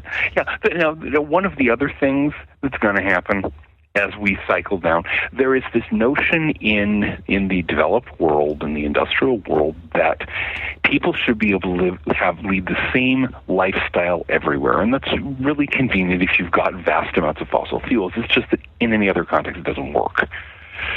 So, for example, very likely, the most successful lifestyle in a place like Calgary or its equivalent on our side of the border is not that far from the lifestyle of the people who used to live there before your ancestors might showed up, which means nomadic hunting or herding. Okay, that works fairly well if you don't mind living in a yurt. I kind of mind. I guess to be like now, if the people were gone now, I would just live in a really nice yurt. Mm-hmm. But of course, it's the transition between 1 million people living in Calgary, all of whom are completely dependent on fossil fuels, and the Calgary of, say, the year 2500, where you have these stark metal ruins rising out of grassland, and the local tribes are taking them apart bit by bit to keep them in metal and maybe trade some to people who aren't quite so lucky. The idea that every place in the world ought to have the same model of inhabitant. You've got the big cities, you've got the suburbs, that only works when you have fossil fuels. Right. And so I think one of the things we'll be seeing is that a lot of places, very likely, including Calgary, are going to move back into non-urban modes. Non-urban, possibly very likely non-agricultural modes of subsistence. We do have a pretty big agricultural thing here too, but you see people just start leaving the city, really. But wouldn't it be easier? Wouldn't it be easier to all live in the same area in some ways, where the transit is easier and all that? And... Not if you got 1 million people. Right. I mean, the problem is feeding them all. No. Yeah, that's one way to reduce population, of course. I don't recommend it, you understand, but it has been repeatedly used. So you were talking about in one of your books there, or on one of your YouTube videos I saw you about, I think, something about the ideal maybe city or town size being like 5,000 to 10,000, where you could kind of like support yourself or something like that. Yeah, it depends on local details. Yeah, I live in a town of 20,000 people. And it's up in the middle of the Appalachians. It's surrounded by farmland. It's really out of the way, and it's a good size. It's a very good size as a place to live. There are other parts of the country where you wouldn't want to be much above 5,000 because the local resource base is that much narrower. Mm-hmm. So you look at where you are. You say, okay, could this many people feed themselves off the surrounding landscape with farms and all the usual stuff taking place? Is there enough water? Things like that. It really does depend on where you are. Yeah, that's a good point. Mm-hmm. And so, and the thing is, of course, none of us knows exactly what's going to happen anyway. We don't know climate change. Right. When my wife and I moved away from the West Coast here into the Appalachians, there was a lot of speculation as to what would happen. As it happens, we're getting most of the rain that used to be falling in the Great Plains. Yeah. No, seriously, we actually get more rain now than we did before the climate started changing. And which is great as long as you like vegetables. We had a fine garden. I know plenty of people out toward the edge of the Great Plains who are hurting because they don't get the rain anymore. We're in the Great Plains. You're in the Great Plains. Are you? I mean, is Calgary getting the west side of the Great Plains? Yeah. Are you getting about the same amount of rain as you used to? More. Are we? More. Yeah. Yeah, well, we had Interesting. flooding, right? The last couple of years we had a flood because rain and melt and stuff. Now the thing is, that's good to know, because that means that the Calgary area may be viable for agriculture in the long term. There is a huge amount. Farming used to be our shit before oil was $100 a barrel. Oh, I understand that. The question is climate change, because there are some substantial parts of the United States that used to be major farmland are going to be desert. That's like California, right? California. If anyone who is listening to us is living in California right now, I have one piece of advice: flee. Get out. Escape while you can. California is a basket case. You've got way too many people living on way too little arable land. You've got catastrophic droughts. You've got ethnic problems that will not quit, that are rising toward flashpoint. California is going to be, I think, is going to be one of the true basket cases of the 21st century. And crucially, you've got this huge industrial structure based on the whole internet thing. You've got Silicon Valley, you've got all that stuff, and that whole industry is righting for a fall. You know, it's sucked up an immense amount of investment. My guess is it's going to go the way down here, the area where they used to be America's factory heartland, extending basically from Philadelphia across to Chicago through the northern part of the east to Midwest of the country. Mm-hmm. Nowadays they call it the Rust Belt, because all the factories got abandoned. Uh-huh. And you literally take the train from where I live in Cumberland. You take the train west, and you literally pass ruined brick factories that are surrounded by forests. It's like Mayan temples in the jungle. It's one of the spookiest things I've ever seen. Seriously. And not just one or two of them, lots of them. Yeah, it is kind of scary. It's spooky. And so California is going to be like that. California is going to be not quite so bad as Las Vegas. We'll get to that in a moment. California, you're going to have 50 years from now, you'll be able to walk through what used to be Silicon Valley and hear these vast, dilapidated, former tech campuses that have been left to the rattlesnakes and the coyotes. What are some other things people can do then? Like, what about vertical farming or some of these other things that are that you hear about? The thing to look at is what's the energy input and where are you going to get the energy. Right. Vertical farming makes perfect sense if you're within, if you're close enough to the ground to walk up a stairway. Skyscrapers make no sense unless you have plenty of energy. Now, that said, I think the skyscrapers are a really good thing. People 1,000 years from now are going to be very grateful to us because we got all this metal out from the depths of the earth and stuck it up above the ground where they could get to it. Yeah, it seems to me like we have to get more local and less global on supplies and stuff. Exactly. But what will happen as industrial civilization falls down is that the people who live in what's left of the big old cities, they've got their money supply. Everyone needs metal. Everyone needs iron. So you tear down skyscrapers a bit at a time. Take the I-beams, chop them into lengths, sell them to traders who will sell them to blacksmiths. So, that's one thing that Calgary will do. There you go, Darren. There's your business right there. Darren puts those things up every day so he can just start tearing it down. There you go. Yeah, so he can. No, seriously. I did a novel a while back called Stars Reach, and it's set about a little under 500 years in the future in what is then called Meriga. That's what America turns into. Meriga with a G? Meriga. Yeah. Meriga with a G. And Genda is directly to the north. That's so we would be Grimerica then, I guess. Grimerica, yeah. Yeah, but the main character of this is a ruin man. His job is to take down old buildings to salvage the metal. That's how he makes his living. Huh. We're already getting to the point that people stealing copper and other metals like that's become a major form of crime these days. It's the growth industry of the future.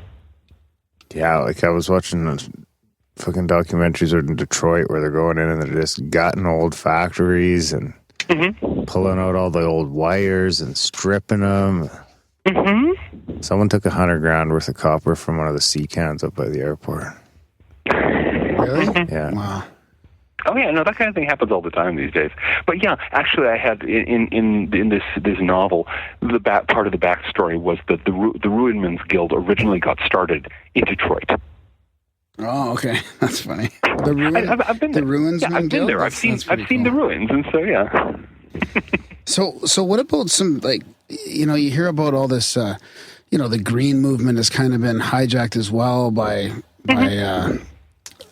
sort of greed and corruption and we hear all these different things in the media about this is good, this is bad. How do people know? Like, can you point to us to some resources that we can trust as far as like just not being full of propaganda and being like true representation of energy gained or required and all that? The first thing to do, the first and most useful thing to do is to take your television, unplug it, and throw it away. Seriously. You can assume that if it's on TV news, it's a lie. Okay, good. Or at least it's being bent around in a propaganda way. Yeah. Get rid of your television. People ask me all the time. I have a fairly busy life. I do a lot of things. I've written 30-some books.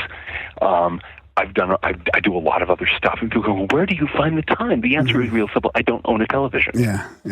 I have not owned a television in my adult life, and so that means I have an extra 4 to 6 hours a day that most people don't. That they spend, sitting there on the sofa with drool puddling in their laps. I do more interesting things. My basic piece of advice is you can have a television or you can have life, not both. Take your pick. Yeah, I like that. Okay. What about a TV without cable? No, just get rid. No, it doesn't matter. Get rid of it. It's just a big computer there. Chuck it. If you really desperately let's call need it that. Let's call it a big computer. If you really desperately need a video fix, okay, go get some DVDs of old programs that are old enough that the propaganda is outdated. Okay. Yeah, that's a good point. And play one on your computer every so very often. I have a small number of old DVDs. They are not TV programs. Most of them are movies I liked when I was a kid. But I don't watch a lot of visual stuff, and it's partly because I'm not that much into it, but partly because I've got enough other things to do, and I have more fun. But so start by getting rid of your television. That's thing one. The second thing to do, if you want to get a perspective on energy that will actually make sense of things, go to the books that were published before 1980. You can typically find them in used bookstores. I don't know what the Calgary used bookstore scene is like, but I'm sure there's quite a few. Yeah, there's some good ones. Excellent. You want the kind of old, dusty sort of used bookstore where they don't change out the stock much. Right. And if you go way back into the darkest, dimmest, dingiest corner, up there high, you'll see what I call the Naked Hippie Library. And the Naked Hippie Library is all those books that came out in the 60s and 70s from the Back to the Land, Appropriate Tech, Limits to Growth kind of people, and they always stick them in a corner. So, nobody wants that stuff. You can literally get some of the best books in the world on energy and on resources, on doing things for yourself, Free on love. low tech. Yeah, that too. For less than they cost back when $1 was a lot of money. Yeah, that's a good good advice. But the other thing there, generally speaking, one of the things that keeps people caught in these sort of endless loop traps of circular thinking is that they don't read or watch or pick. They don't get any information that isn't from right now. Did you ever read 1984 by George Orwell? Listen to it on audio. Okay, a long time ago. One of the gimmicks in there is that nobody was allowed to keep records of history. Okay, nobody was allowed to look anything up from the past, and so when the official word came out, that Oceania has never been allied with East Asia. Okay, even though it was true 6 months ago. How do you know? Right. It's just your memory. There's the official the official word coming from the Ministry of Truth, and that same mentality is pervasive these days. Yeah, and it's organic though. Like I'm in that trap. Like every time I go to something, I automatically want to know the latest. Like I don't want to go to read a book from the 70s. You see, that's the trap, and that's what you have been taught that. That habit has been that's been shoved at you over and over again for years, and so it's hardwired in your mind. You need to consciously fight against it. And so this is one of the reasons. Go find the Naked Hippie shelf. Seriously. Some of the books there, if you can find Other Homes and Garbage, for example, that's a great one. The Integral Urban House. The best book on the theory, Overshoot by William Catton Jr.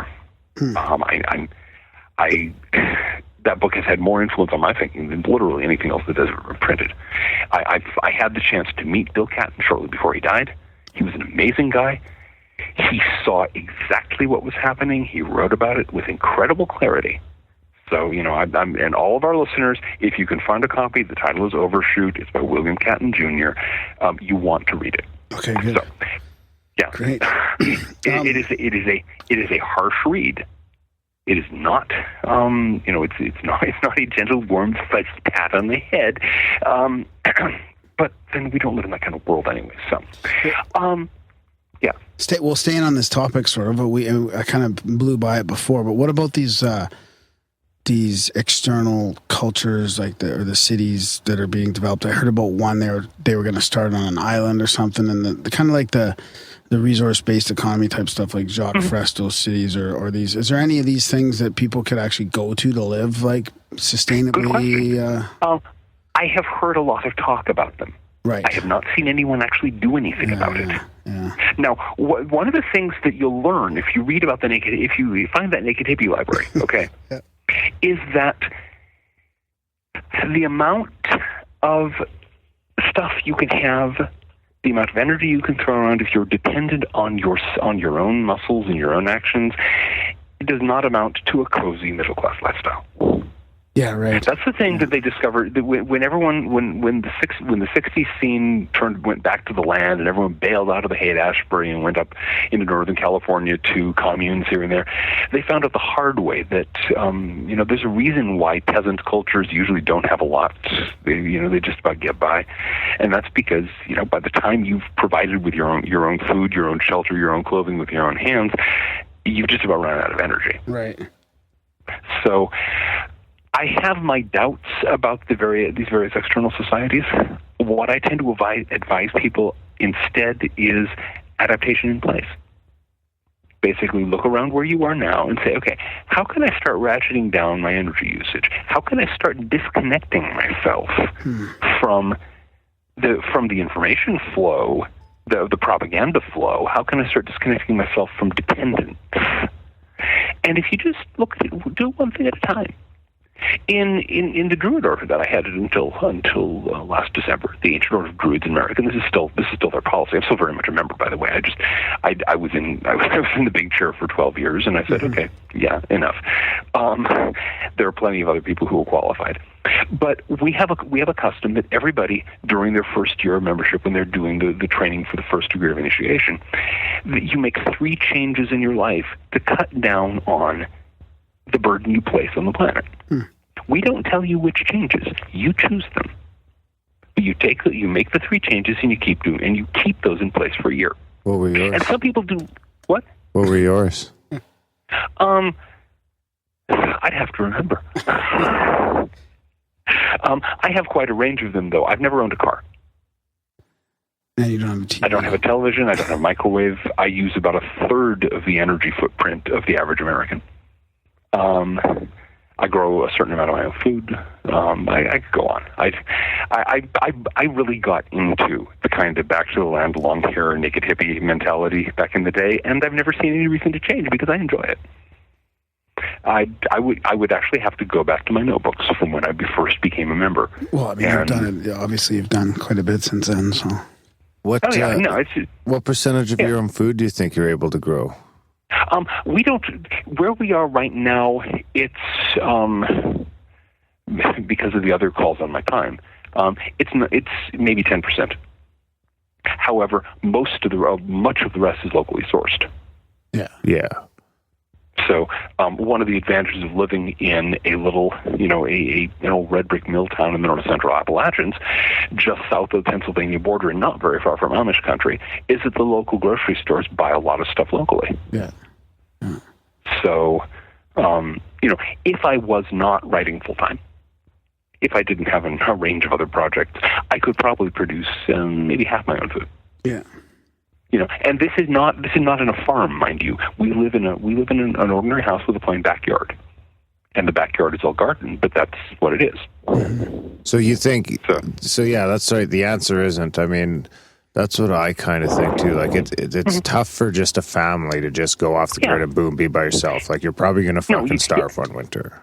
Exactly. That's not a viable approach for most people. The thing to do, again, adapt in place. If you have a compost, you can put in a compost bin.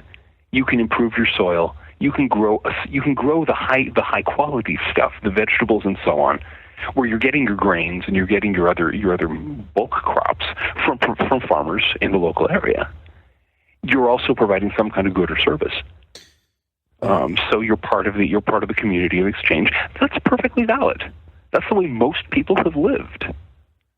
And so, you don't have to worry about trying to do everything for yourself. The important thing is to start moving in the direction of disconnecting yourself from the corporate global overstructure.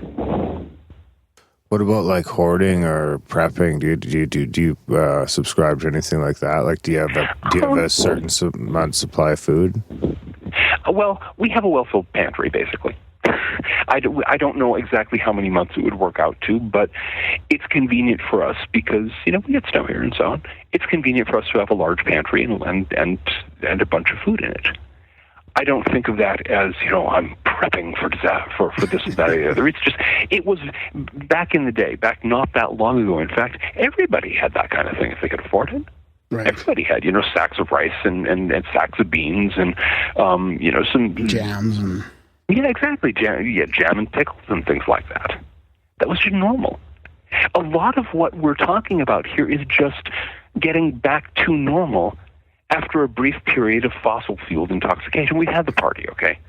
We've woken up the next morning, sprawled on the couch with a lampshade on our head. The house is a disaster area. Several other people are passed out at various points of the floor. Now our job is to clean things up and get things back to normal. Okay. Unfortunately, the hangover from petroleum is a mother. Yeah, no doubt. When do you think the tipping point will be, I guess, when everyone's going to kind of wake up? I was waiting for that question. Never. The history moves slowly. This is something nobody catches unless they actually go back and read closely in the history of things. You think something like, the Second World War, okay? Bang, bow. No. If you actually read people's diaries and read accounts day by day, it's a gradual thing. There are rumors and there are troubles and things go for weeks and months and there's a declaration of war, but then not much happens. And then all of a sudden a bunch of stuff happens here and then there's nothing. People will be able to pretend that everything's fine and no, we're going to Mars, progress will keep marching on. The current problems, those are temporary, don't worry about it, until they die. The younger generations who grow up in this are going to go, oh, this is normal. Of course, there isn't always enough to eat, and of course, the skyscrapers downtown are falling down or being cut apart into, lumps of metal to sell to blacksmiths. That's normal. If you read, one of the things you can do, if you're minded to, is read translations of writings from people in very late Roman times when the empire was on the rocks. It had already been torn into chunks. The chunks were being ruled by barbarian warlords. And these Romans were writing as though it was just, it's one of these little problems. I'm sure everything will be just fine in a few more years. Okay? Yeah, when you're in the middle of it, you don't really notice it. Yeah, I can see that. Seriously, the Middle Ages are breathing down your neck and you don't even notice it. And I am quite sure that, someday, 1,000 years from now, people will be reading over translations from ancient English of writings from, some executive or something of America's last tech corporation located in Cleveland or something, and he's going, "Oh no, it's yes, I understand that the United States has been torn apart into 15 different quasi-independent countries, and most of them are ruled by warlords, and there's no electricity or running water anywhere. But these are just temporary. We'll get everything under control. Just you get the internet back up any day now." Yeah, that's interesting. People are very good at fooling themselves. So, hey, John, I got a question here from our friend Jason, who actually just happened to join a Druidic Order himself. Which one? I think it's in the UK. I got to find out which one it is. I can't. His email is so long here. I'd have to take me a while to find out. Is it the Order of Bards, Ovates, and Druids? I wonder. That was the one I first joined. It was in England. Yeah, maybe. Yeah, if I see it here, but he's got quite an interesting question, and it's on my list of something to ask you anyways. But it's kind of a 3-part question, and it's on how does the UFO phenomenon appear to you when viewed through the following lenses. So the first one is like peak oil and its many implications. The second one is the history of military technology and its associated psychological operations, and the third one is the limited understandings of our human consciousness. Okay, and all three of those are perfectly valid. Now, I should warn our listeners that I've actually written a book on this subject. It's called The UFO Phenomenon. I know it's not a very original title, but okay. The first thing we can figure out from let's look at UFOs through the lens of peak oil. Now, what we know is natural resources are limited. Energy. The amount of energy, there may be an infinite amount of energy in the cosmos, but the amount of concentrated energy any intelligent species can get on any planet is finite. Okay. Now, there is a thing called Fermi's paradox. Yeah. You probably heard of it. Yeah. And Fermi's paradox is, okay, if there are other intelligent life forms out there, the Milky Way galaxy is 13 billion years old. There have been planets for a very, very, very large portion of that. If life normally comes into being, well, why aren't we seeing evidence of massively advanced technological societies all over the galaxy? What's wrong here? What's being missed in that is an assumption. Usually when you come up with something that looks like a paradox, it's because nobody's paying attention to one of the assumptions. The assumption here is that technological progress is limitless. The assumption is that technological progress does not suffer from the law of diminishing returns. If you've done basic economics or anything else, the law of diminishing returns. As you go further and further in any process, for the same amount of input, you get less and less output until eventually it drops to zero and then goes into reverse. You end up with negative returns. Okay, that's real common. Our fantasy, our giddy belief in modern Western industrial society is that does not apply to technology. Technology can do anything. Technological progress can accomplish all things. I personally think that's crap. I personally think that technological progress, like everything else, is subject to the law of diminishing returns. And I think one of the reasons it's subject to the law of diminishing returns is that there's only a finite supply of resources and energy. Now, we know from our own human experience, peak oil being an important part of that we're not going to the stars. Not now, not in the lifetime of our species. We don't have the energy. It took us fantastic amounts of energy to get to the point of just getting to the moon, and the moon is like a whisker-thin distance from the Earth in cosmic scales. It's really close. The stars are not close. If the Earth and the moon were an inch apart, the nearest stars would be hundreds of miles away. People don't tend to get that. So, seen through the lens of peak oil, what we see about the UFO phenomenon is whatever's going on, it's not from the stars. Now, okay, UFOs and military technology. It is an interesting point that has not often been noted, that the UFOs that people actually see, as opposed to the UFOs that get talked about in the media and whatever, but the things that people actually see in the sky inevitably look like whatever the U.S. Air Force is testing. Oof. Okay? From 1947 into the 1950s, you have these little silver dots. They're called high-altitude balloons. From the early 1950s into the 1970s, you have lights, nocturnal lights doing. This is the era of the U-2 and the SR-71. Oh, you have satellites dropping from space now and again. Do you remember when it was black triangles? All of a sudden, there were these black triangles. Yeah. These black triangles showing up everywhere. We then found out what stealth aircraft looked like. Black triangles. Yeah, but I don't know if you can correlate that exactly. It's there's too many large black triangles being seen, you know? Yes, and well, what I ended up arguing in the UFO phenomenon is that the UFO phenomenon is a complex thing. There are many things feeding into it, okay? Right, yeah. But one of the core things is that the U.S. Air Force intelligence has been using it as a screen for spy planes, and they've been faking sightings. Yeah. Okay, yeah. My guess is that the really big, slow-moving black triangle that goes drifting quietly across the sky. Yeah. Okay, it's probably inflatable, probably helium-filled. Maybe. Yeah. And it is brought out. It was brought out. I don't think it's been used for a while, but it was brought out to confuse Russian spies. To make them not sure what was the other black triangles. Yeah, right. Which were the early stealth test beds, which had to be kept secret. If you look at more broadly speaking, if you look at the UFO phenomenon through the eye of intelligence, of military intelligence and of espionage, Jacques Vallée pointed this out a long time ago. He did a book on Messengers of Deception, which was, to my mind, one of the best things ever written about UFOs, although it's been roundly ignored by almost everybody. And he pointed out that the problem with most UFO research is that it doesn't take into account the possibility that the phenomenon is intended to deceive. Yeah. That the beings, we will say the beings, the people who are behind it are trying to fool you into thinking something.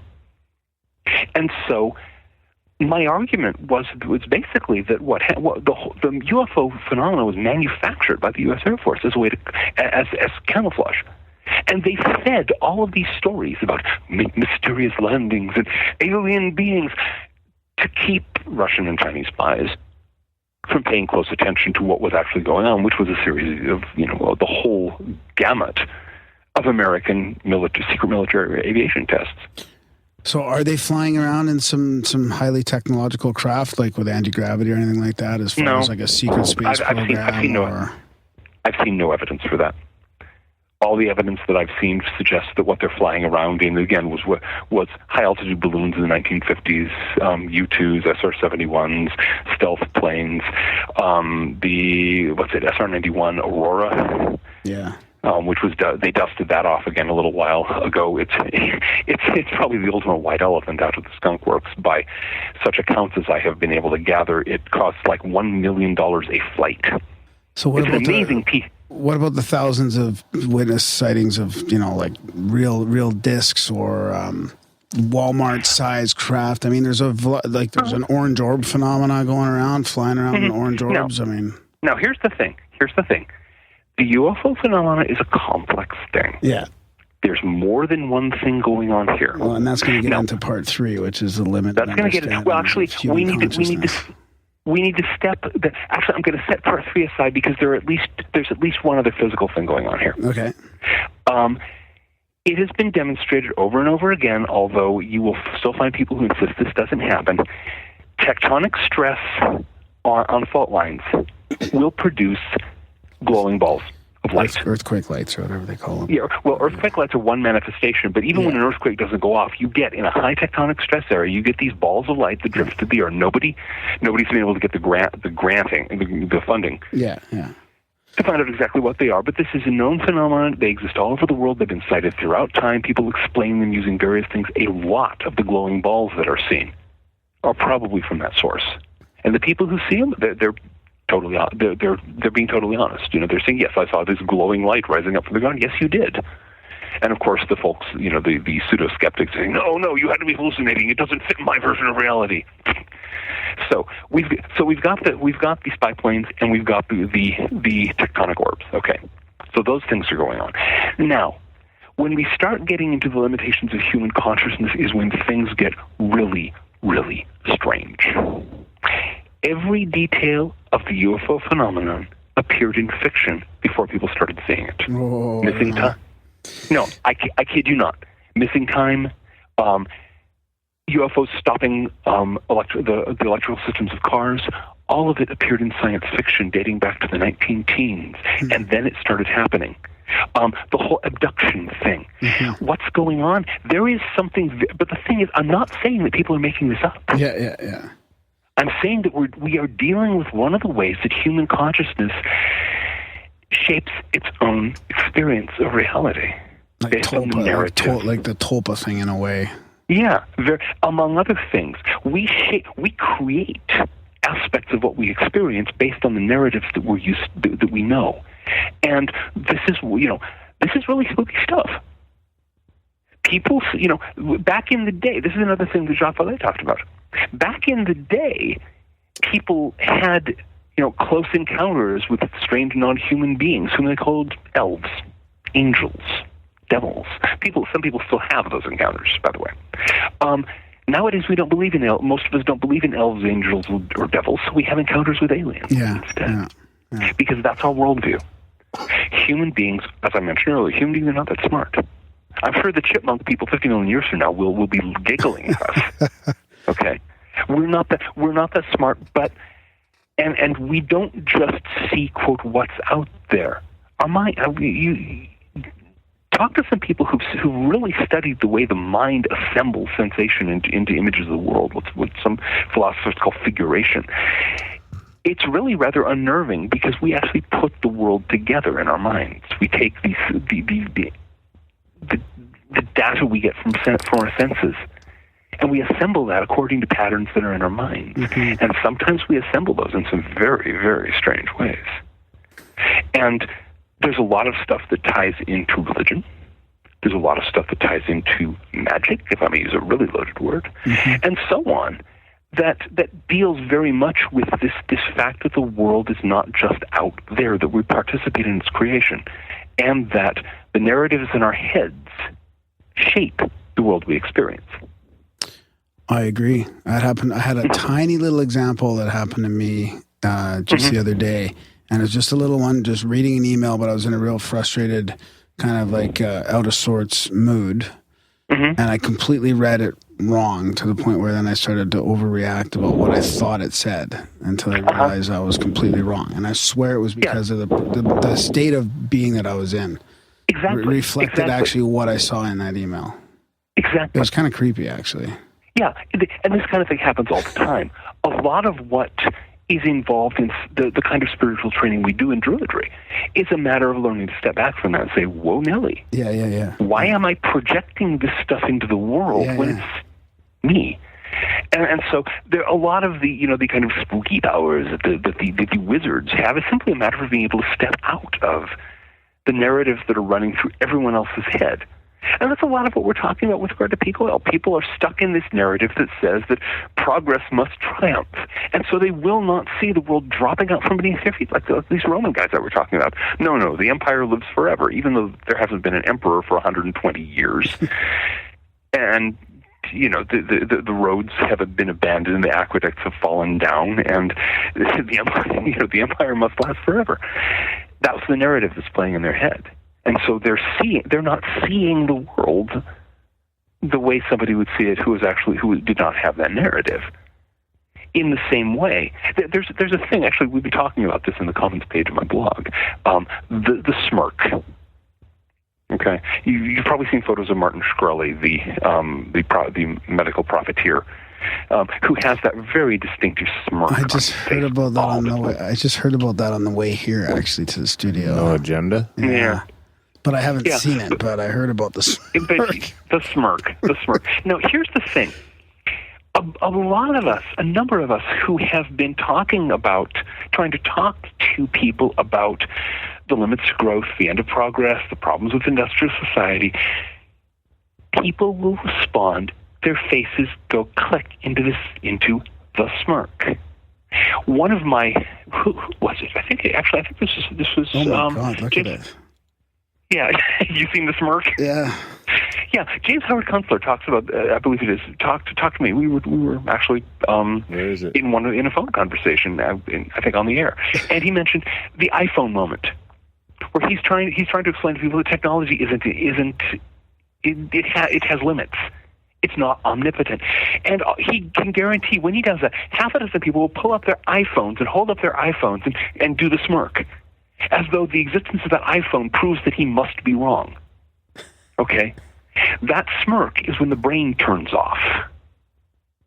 It's eerie. Yeah.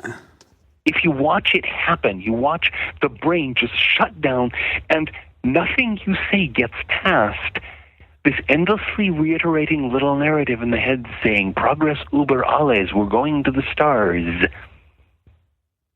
It's really spooky.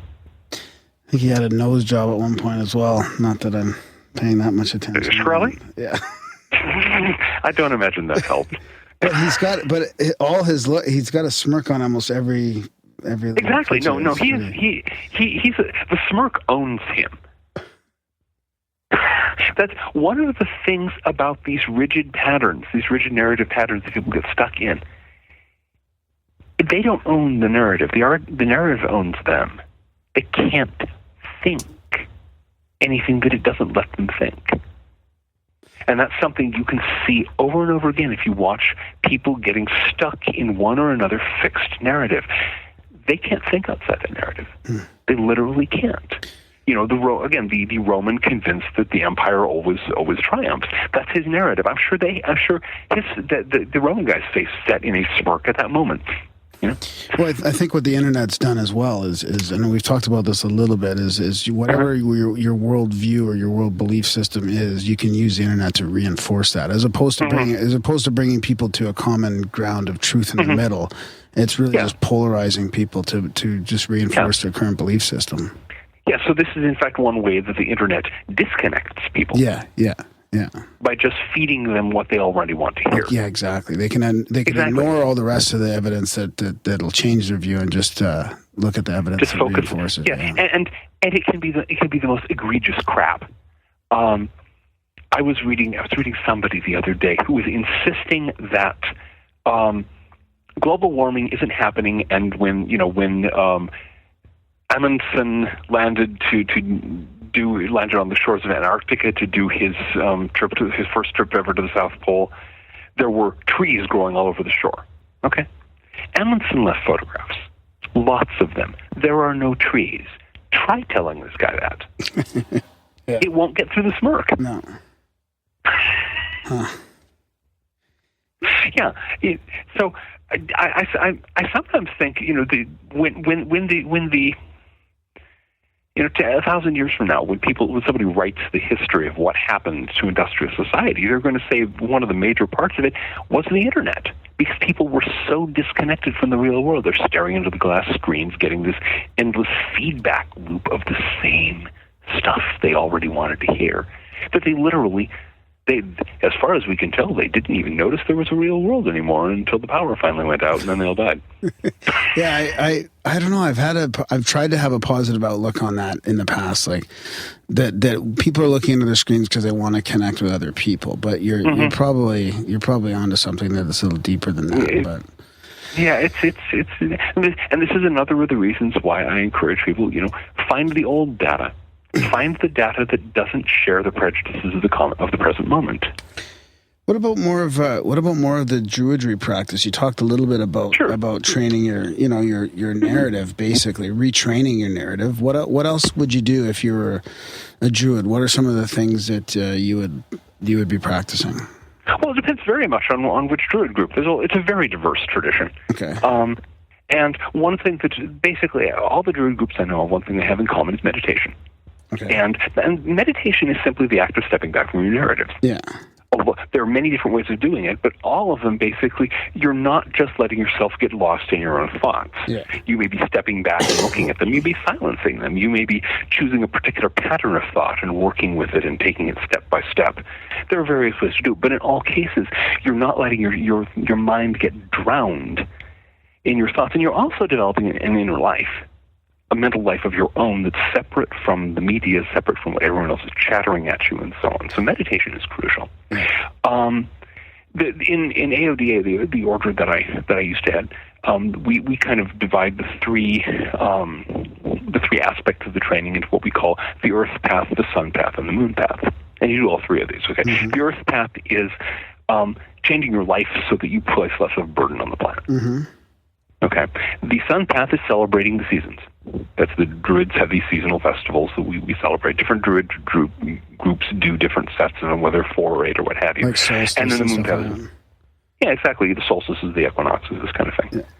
And so there are rituals for those, and that's just kind of being part of the cycles of nature. And then there's the Moon path, which is meditation. And those three things, as we see it, again, ask 3 Druids, get 4 answers. As we see it, that's kind of the basis of our style of Druidry, the place where, you do these things and everything unfolds from it. And what else you do is very much up to you. What about like magic and the occult type stuff? Now, that's something. The order that I'm now that I retired into, the Druidical Order, the Golden Dawn, is more of that. Now, right. People, you say magic, you say the occult, and everybody immediately starts thinking of devil worship or lots of hot sex or both. There's various silly things that people do with that phrase. Dion Fortune, who was one of the most important magical theorists of the 20th century, defined magic as the art and science of causing change in consciousness in accordance with will. I like that. Okay. Yeah. And that's what you're doing with all the funky hardware. The colored robes and the incense and the wands and the daggers and the bellowing words and the strange gestures. You're using external things to shape your consciousness and to change your consciousness.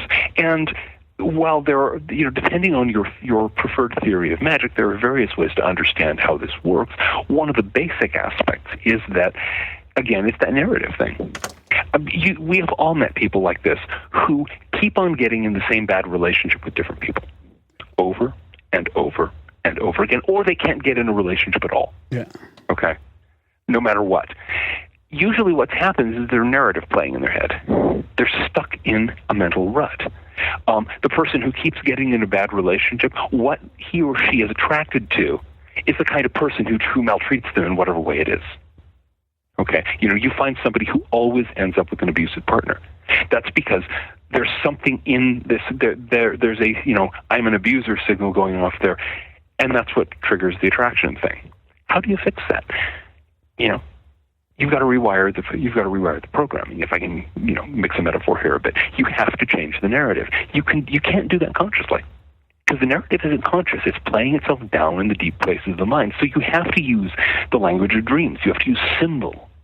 You have to use, the symbolism. You have to use things that the non-rational, because that's how the deep parts of the mind work. And magic is really good at that. So what about core belief systems like the afterlife or consciousness sort of being separate from the body, like the ability to astral travel or this type of stuff? No. Okay. They're core belief systems. Druidry is not much into belief systems. Everyone has beliefs. Most people take them far too seriously. I would say that that in Druid we start from the presupposition that human beings aren't that bright. So that trying to lay down the law about what the cosmos is like and how we relate to it is perhaps something we should leave until we're smarter than we are now. Right. Okay. So now, astral travel, let's step back from that label and say people very often, under certain circumstances, have the experience of standing outside their bodies. It's not actually that hard to do. There are certain exercises that will reliably generate it in about half the population. And, you're standing there, you're looking at your physical body sprawled on the bed going, holy crap, what have I just done? It is a very astonishing experience. What does that mean? There are various theories. People can have that experience. It is a very interesting thing to do. But magic in particular is not an ideology. It's an art and a science. It's not about believing things. It's about practicing things. And you can do it from within almost any belief system you care to name. Just if I may rattle a few cages among our listeners, there are a lot of very devout Christian mages, people who are Christians who practice magic. There have been since the beginning of Christianity. I know the official churches say, no, you can't do that, but that's probably, that's their problem, really. There have been a lot of them. There have always been a lot of them. Doubtless there will always be a lot of them.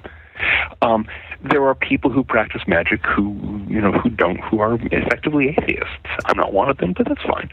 There are people who practice magic from any kind of belief system you want to, just as there are people who practice engineering, who are atheists and Christians and pagans and all kinds of stuff.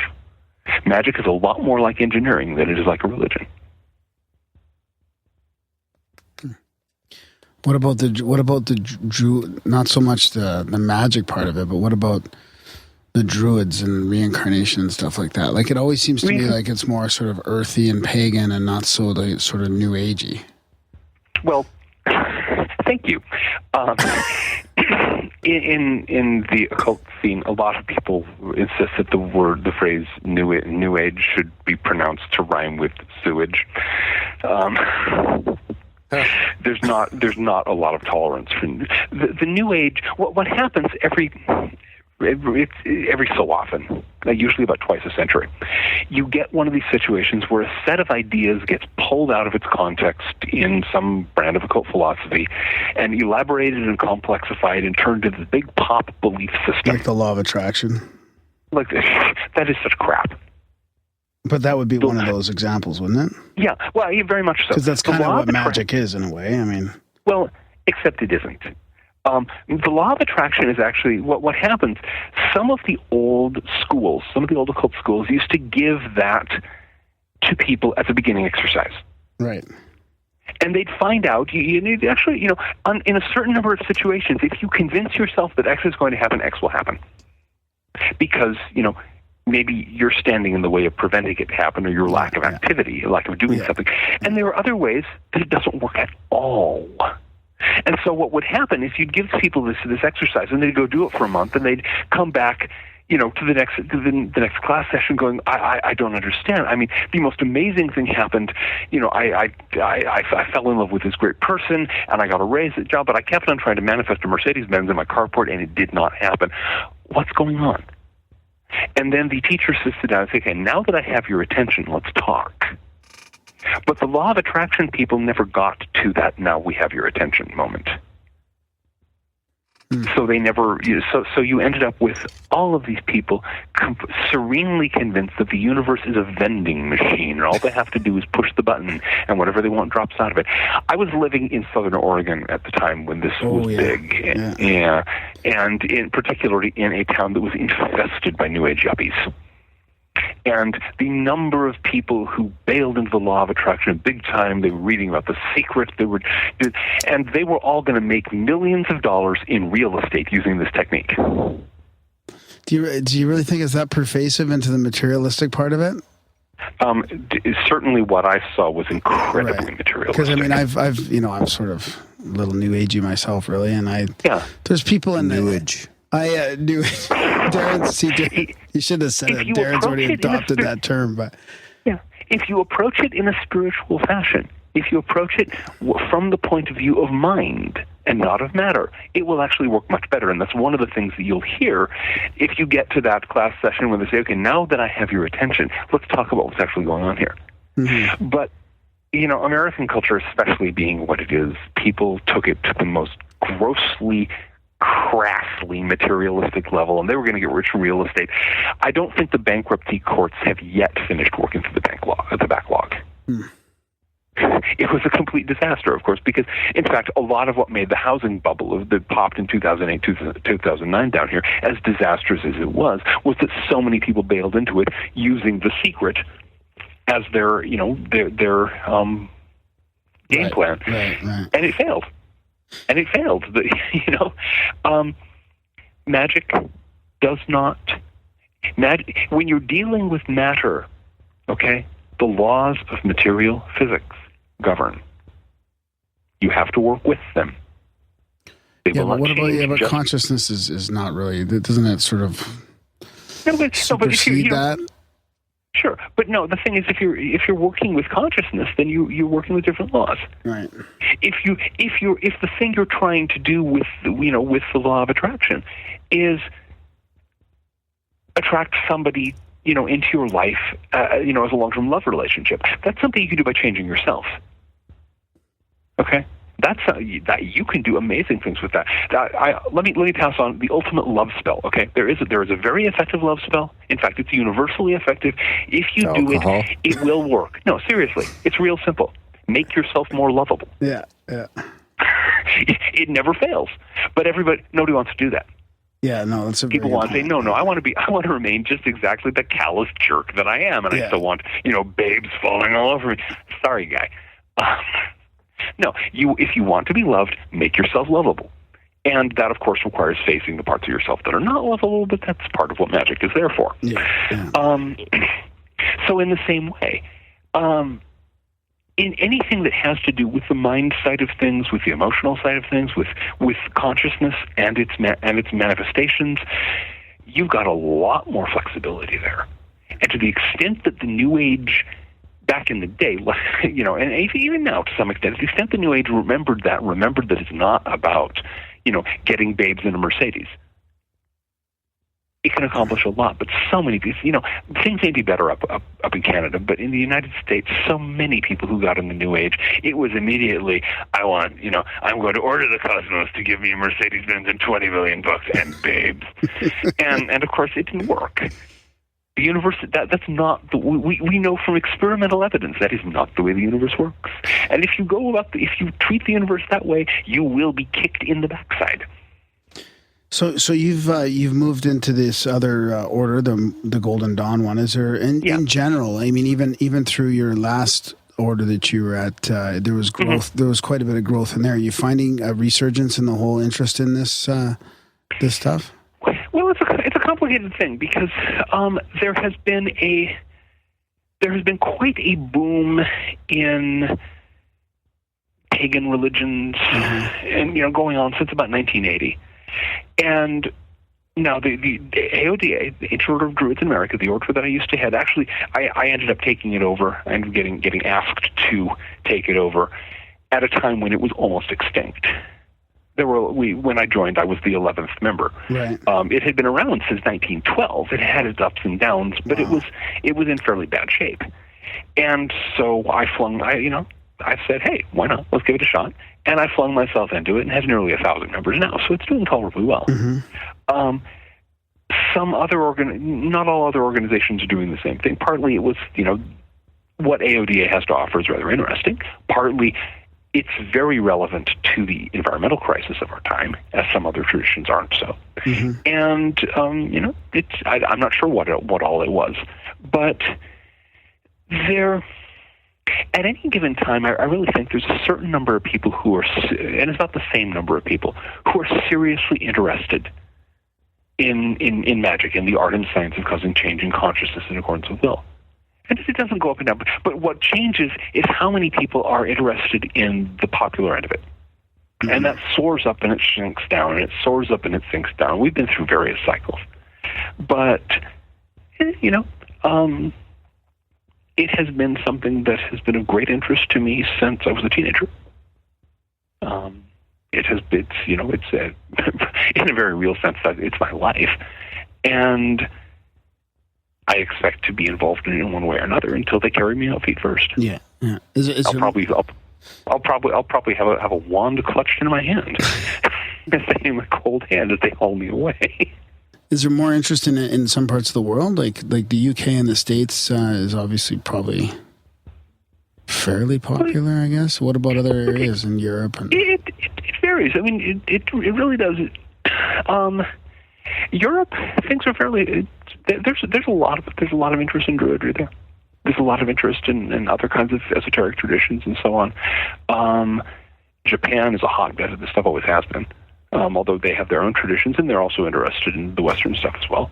There's this kind of continuing low boil of people who are interested in this stuff, because once you start poking at what's going on in the world, what's going on in your life, you start noticing that the effect of these narratives and the way that you shape your own reality, the reality you perceive, and so on.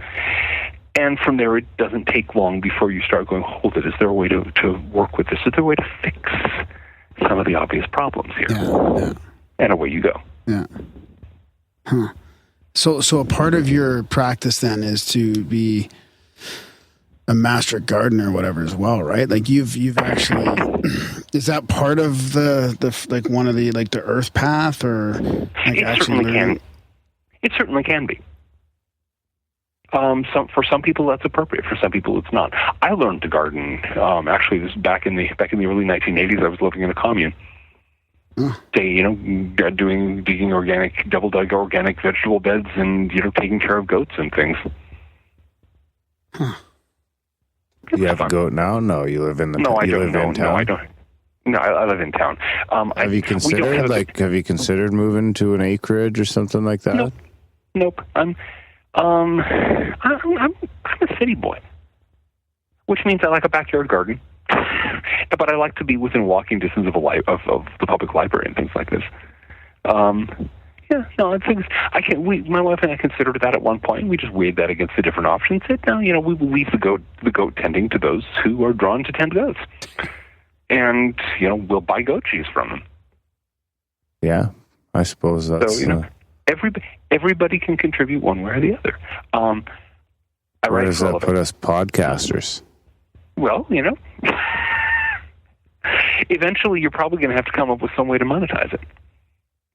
I don't know what will happen. Eventually, as the internet winds down, you may find yourself with an award-winning radio show or something.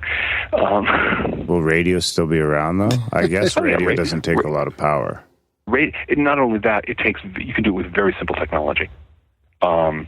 Something that many of your listeners might be interested in. Talk to your local amateur radio club. If you're at all interested in electronics, you find these old guys, old hairy-haired engineers, and this typically happens. You hear about this in the case of a disaster. Okay, a tornado goes through, or the hurricane wipes out 15 towns, or what have you, and some 62-year-old guy digs himself out of the rubble, finds his box of spare scrap parts, strings a wire, and pretty soon he's talking to people all over the world, on using an old car battery and a handmade radio. Radio is a really simple technology. It's probably one that can be preserved into the far future. And there are and in the amateur radio scene, people work with this stuff and they have fun with it all the time. It is, if you're into the whole maker space business, if you like to hack technology, it's a lot of fun. The ham. And they will be around like when the EMP comes and they're. Oh yeah. Oh yeah. Yeah. No, I know. I'm not sure of the details of the. How long's a fucking aircraft carrier or something like that good for? I'll just take one of them and go on a cruise off into the sunset. Just don't get too close to the territorial waters of China when you're sailing that aircraft carrier. Aircraft carriers are obsolete. I'll paint it. Oh no! Paint it bright yellow, and there you go. Paint it bright yellow, and lay out sun chairs on the deck, and invite people over. There we go. Exactly, we're cool. That would be a lot more fun. Perfect. Well, I guess we'll see what happens if Fusion comes up. I'm going to have to call you. If Fusion ever comes, now, please note, this does not mean we've had a marvelous new breakthrough and Fusion is only 20 years in the future. This means an actual commercial plant, putting out electricity into the Calgary grid. Okay, if that ever happens, Calgary? You definitely call me. Perfect. Because the thing is, the fusion industry is great at coming up with breakthroughs that mean that fusion is only 20 years in the future. They do it all the time. That's how they keep the funding coming in. Yeah, even to this day. Oh yeah, the whole ITER, the big European fusion reactor project, which is billions of dollars, well, billions of years, not quite, billions of dollars over budget, years behind schedule. It will probably never even be completed. Who cares? Everybody involved is getting a fat salary. It's real, it's a nice gig if you can get it. True that. We got to get on the government tit somehow. There you go. We could start spouting global warming propaganda. Yeah, you have to look yourself in the face. That's true. And fuck that. I'll just get rid of my mirrors. I'll just look at my phone. Are you sure you're on the northern side of the boundary? That's more of a U.S. attitude. Oh, that's funny. So is there anything else that you think, before we start wrapping up, that you think that we should cover, that you want to talk about? I think we've covered a lot of ground. Yeah, we have. It's been a great chat. I mean, I've enjoyed it. I really appreciate your attention to the questions and actually answering in a real open and honest way. A lot of times we have authors on here, and they've got their sort of shtick, and it's good that you kind of you, even though you've had a lot of these questions before, but you seem to be very very open and articulate to what we're talking about. Well, the problem with having a shtick is that you run out of things to say. And I mean, I've seen this happen to writers, where they'll write the same book 5 or 6 times, and then, of course, they don't have anything else to write, because they're just stuck in a single shtick. I really enjoy conversations like this, because people are constantly coming up with angles on things, or even entirely different questions that I haven't thought of before. Yeah. And so it keeps my mind working. Yeah, that's great. And it means that I'll have something else to write. Absolutely. And when you write that, we'll have to have you back on the show. And there we go, yeah. I would be very pleased. That's a date. Well, thanks a lot, John. Yeah, absolutely. Where can our listeners track you down? Are you on Twitter and no, Facebook or anything like that? I don't do a lot of social media. The best thing to do is my blog, The Archdruid Report, which is http://thearchdruidreport.blogspot.com, and then that's once a week. Wednesday nights is when I usually put up the posts, and then I also have a once-a-month blog that's more specialized, that's specifically on magic and spirituality, which is The Well of Galabes, and it's Galabes, GALABES.blogspot.com. I was wondering how you pronounce that. Thank you. Yeah. Well, there we go. Yeah. Yeah, I'll put all those links in the show notes as well for people to. There we go. Yeah. The original well, according to the old legends, when Merlin wasn't hanging out at Arthur's court, he had this, place to hang out by this well or spring or fountain called Galabes, and that's where he went when he was just desperately tired of dealing with, knights going, Merlin, can you help me out here? Is that an actual well still somewhere? Actually, a guy named Nikolai Tolstoy, who's a descendant of the famous writer, found some years ago what he thinks is the actual well up most of the way up a mountain in Scotland.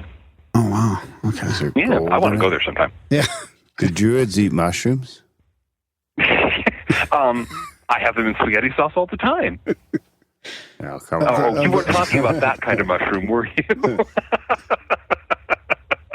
I don't, but I'm sure there are druids. There are druids who do. I mean, ask 3 druids, get 4 answers. I like that. Perfect.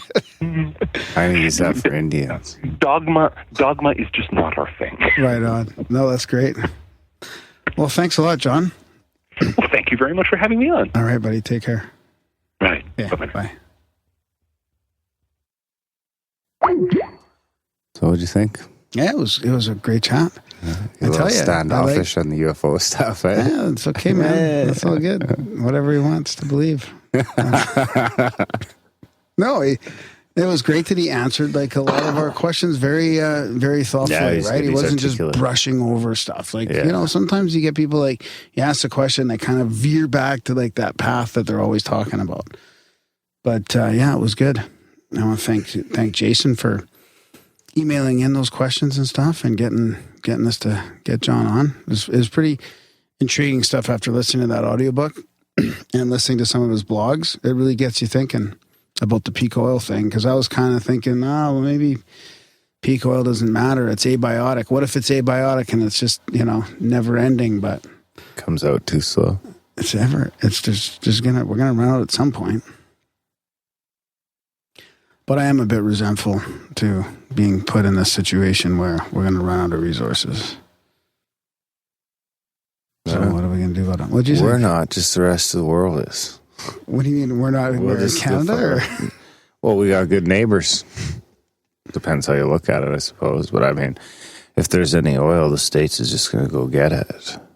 What? What do you mean? I think Like go get it? Like go take it? Just take it? When it comes to it, I think so. Straight up.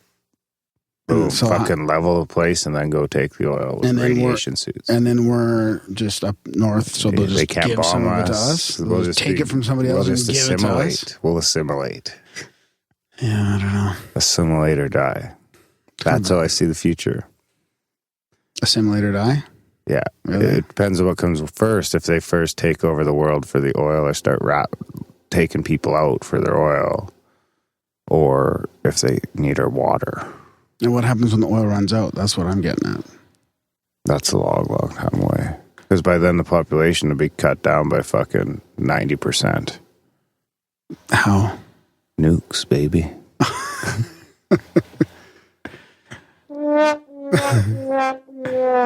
I didn't say it was a bright future, but a few hundred years away. So I wouldn't worry about it too much. Probably going to get crazy our lifetime, you think? I don't know. I have a hard time believing it. Yeah, I know what you mean. There's not enough of... I just... There's too much down there still? Like we're not past the halfway point? Is that what you're saying? That peak oil hasn't come yet? I just don't... I think even if it has, it's still going to be such a slow curve that... Like he was talking about, where there's no tipping point. It just, you don't notice it. It's just it's like a frog boiling in Yeah, water, like maybe in 50 years, gas will be expensive. like road warrior style. 2 or 3 times what it is now, but you'll just budget around it. But who knows? I don't know. I'm still not ready to say that better forms energy or it's not. I still think that's where it. I'm at. Yeah, I still believe that there could be some free energy that's been suppressed, and like he talked about physics, but what about quantum physics? Like there's you start looking at Nassim Harame's work and Plus, all that. it doesn't have to be absolutely free. Just has to be a lot better. Yeah. Anyway. To each his own, I suppose. Plus, it's fucking military flying around in UFOs. Haven't you seen the latest X-Files? I have not. I fell asleep. I don't mean the latest Oh. show. I mean the latest series. Like the first episode. Inflatable black triangles. I like that theory, though. Could be a good one for some of them. Absolutely. Yeah. All right. Well, big thanks to John Michael for coming on the show. John Michael Greer. Big thanks to Alex for setting that up for us, buddy. Alex. Check Sakaris. That's where I got the contact info from. Right. Maybe I shouldn't have said that, but whatever. John didn't seem to mind. Check out grimerica.ca/support. Help us keep the lights on. Help us keep staying ad-free. Staying ad-free. No portals, no nothing. Keeping the heat on. Mind you, oil's getting cheap. Economy's tanking. We stand resilient. Check out grimerica.ca/support. A bunch of different options there. Spam Graham. We have some t-shirts for a $25 donation. Yeah, and magnets. Yeah. Fucking magnets everywhere. Fridge magnets and car magnets. Is there still a Night Rider? I didn't want Night Rider? What do you mean? That's what I call your car. No, I took it off. Did you? Yeah. How come? Self-conscious? I just don't want to flaunt it at work and stuff. That's the work thing. It's the work thing. That's like Lisa's like, why don't you throw it on your truck? She's like, shoot Sasquatch in your truck. I was like, yeah, I don't want to mix those worlds. No, not right now anyways. Maybe one day. There's a couple on the car though. Yeah, that's good. Yeah, I'll do it on the weekends, just not every day at work. So they do stick to the car just fine. Yeah. They stick to the fridge. There's 6 inches by 4 inches. There's Take the Shot, Save Sasquatch, and Classic Grimerica. And what are they going to do?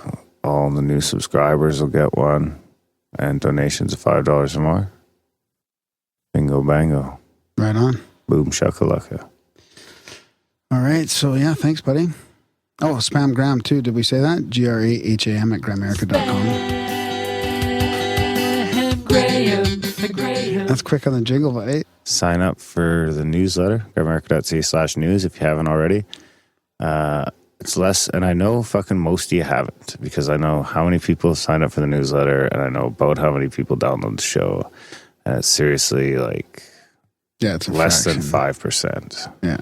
So you guys can do better. Sign up for the newsletter and sign your friends up for the newsletter. If you already signed up, just start signing people up. Go through your work email address, sign up. They won't even know. It's anonymous. They don't know who signed them up for the show, so you're not like putting yourself out there. And they can just unsubscribe if they want, we think. We're trusting our volunteer web person. Thanks, Wayne. No, it's Justin. No, but for the Newsletter? I thought it was a web thing. Yeah, because you sign up through the web. No, the newsletter is the also an site. entity. Okay, both of them. Wayne and Justin. Okay. Absolutely. Thanks to both of them. So yeah, do that. Review the show. Grimerica.ca/iTunes on iOS, Mac, if you're listening on iTunes. If you're on Android, I don't know where you review it. Stitcher, I suppose. Even if you don't listen there, you can go review us there. I think that's about it. Right on. Thanks, buddy. All right, guys. Thanks for listening, and we will see you next week. That's great. It starts with an earthquake, bird, snakes, an airplane, Kemosabe, not afraid. I of a hurricane. Listen to yourself. Sure. World starts its own heat. I'm sure of your own needs. Feet off, all speed, run. No strength. The ladder starts tattered with fear. Fight down, hot wire, and the fire representing 7 games. Government for hire in a combat site. Left, west coming in. Hurry with your feet down your neck. Team by team, border battle, trump, dead, rock. Look at that low lane. Fine. Then, overflow. Population, time, and food. Take yourself, serve yourself. World starts its own heat. Listen to your heart lead. Dummy with the rapture and the river and the right. Right. Patriotic. Stand by. Right. Feeling pretty sight. It's the end of the world as we know it. I know it. You know it. It's the end of the world as we know it. As we knew it. It's the end of the world as we know it.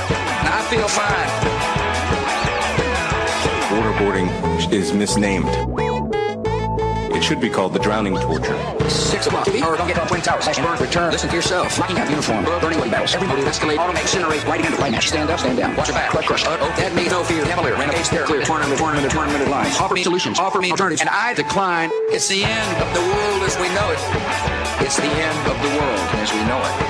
It's the end of the world as we know it. And I feel fine. I just gotta know how I feel. It's time I had some time alone. I feel the same way. It's time I had some time alone. We're getting there. We're getting there. Hands up. Who wants to walk around thinking there's a war about to hit us? I mean, that is a terrible system. I believe the majority of people want to live in a peaceful world. That's what I believe. Because otherwise, we're looking at the potential of this kind of world. A world in which moderate governments get toppled by people willing to murder the innocent. And if that were to occur, people would look back at this day and age and say, what happened to those people in 2007? How come they couldn't see the threat to a future generation of people? And look, I understand here in Washington, some people say we're not at war. I know that. They're just wrong, in my opinion. It's the end of the world as we know it, and I feel fine. How are you holding up, sir? I feel just fine.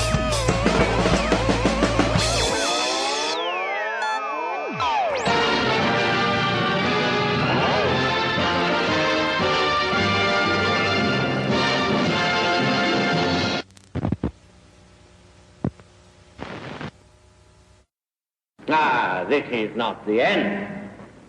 It is not even the beginning of the end. But it is perhaps the end of the beginning.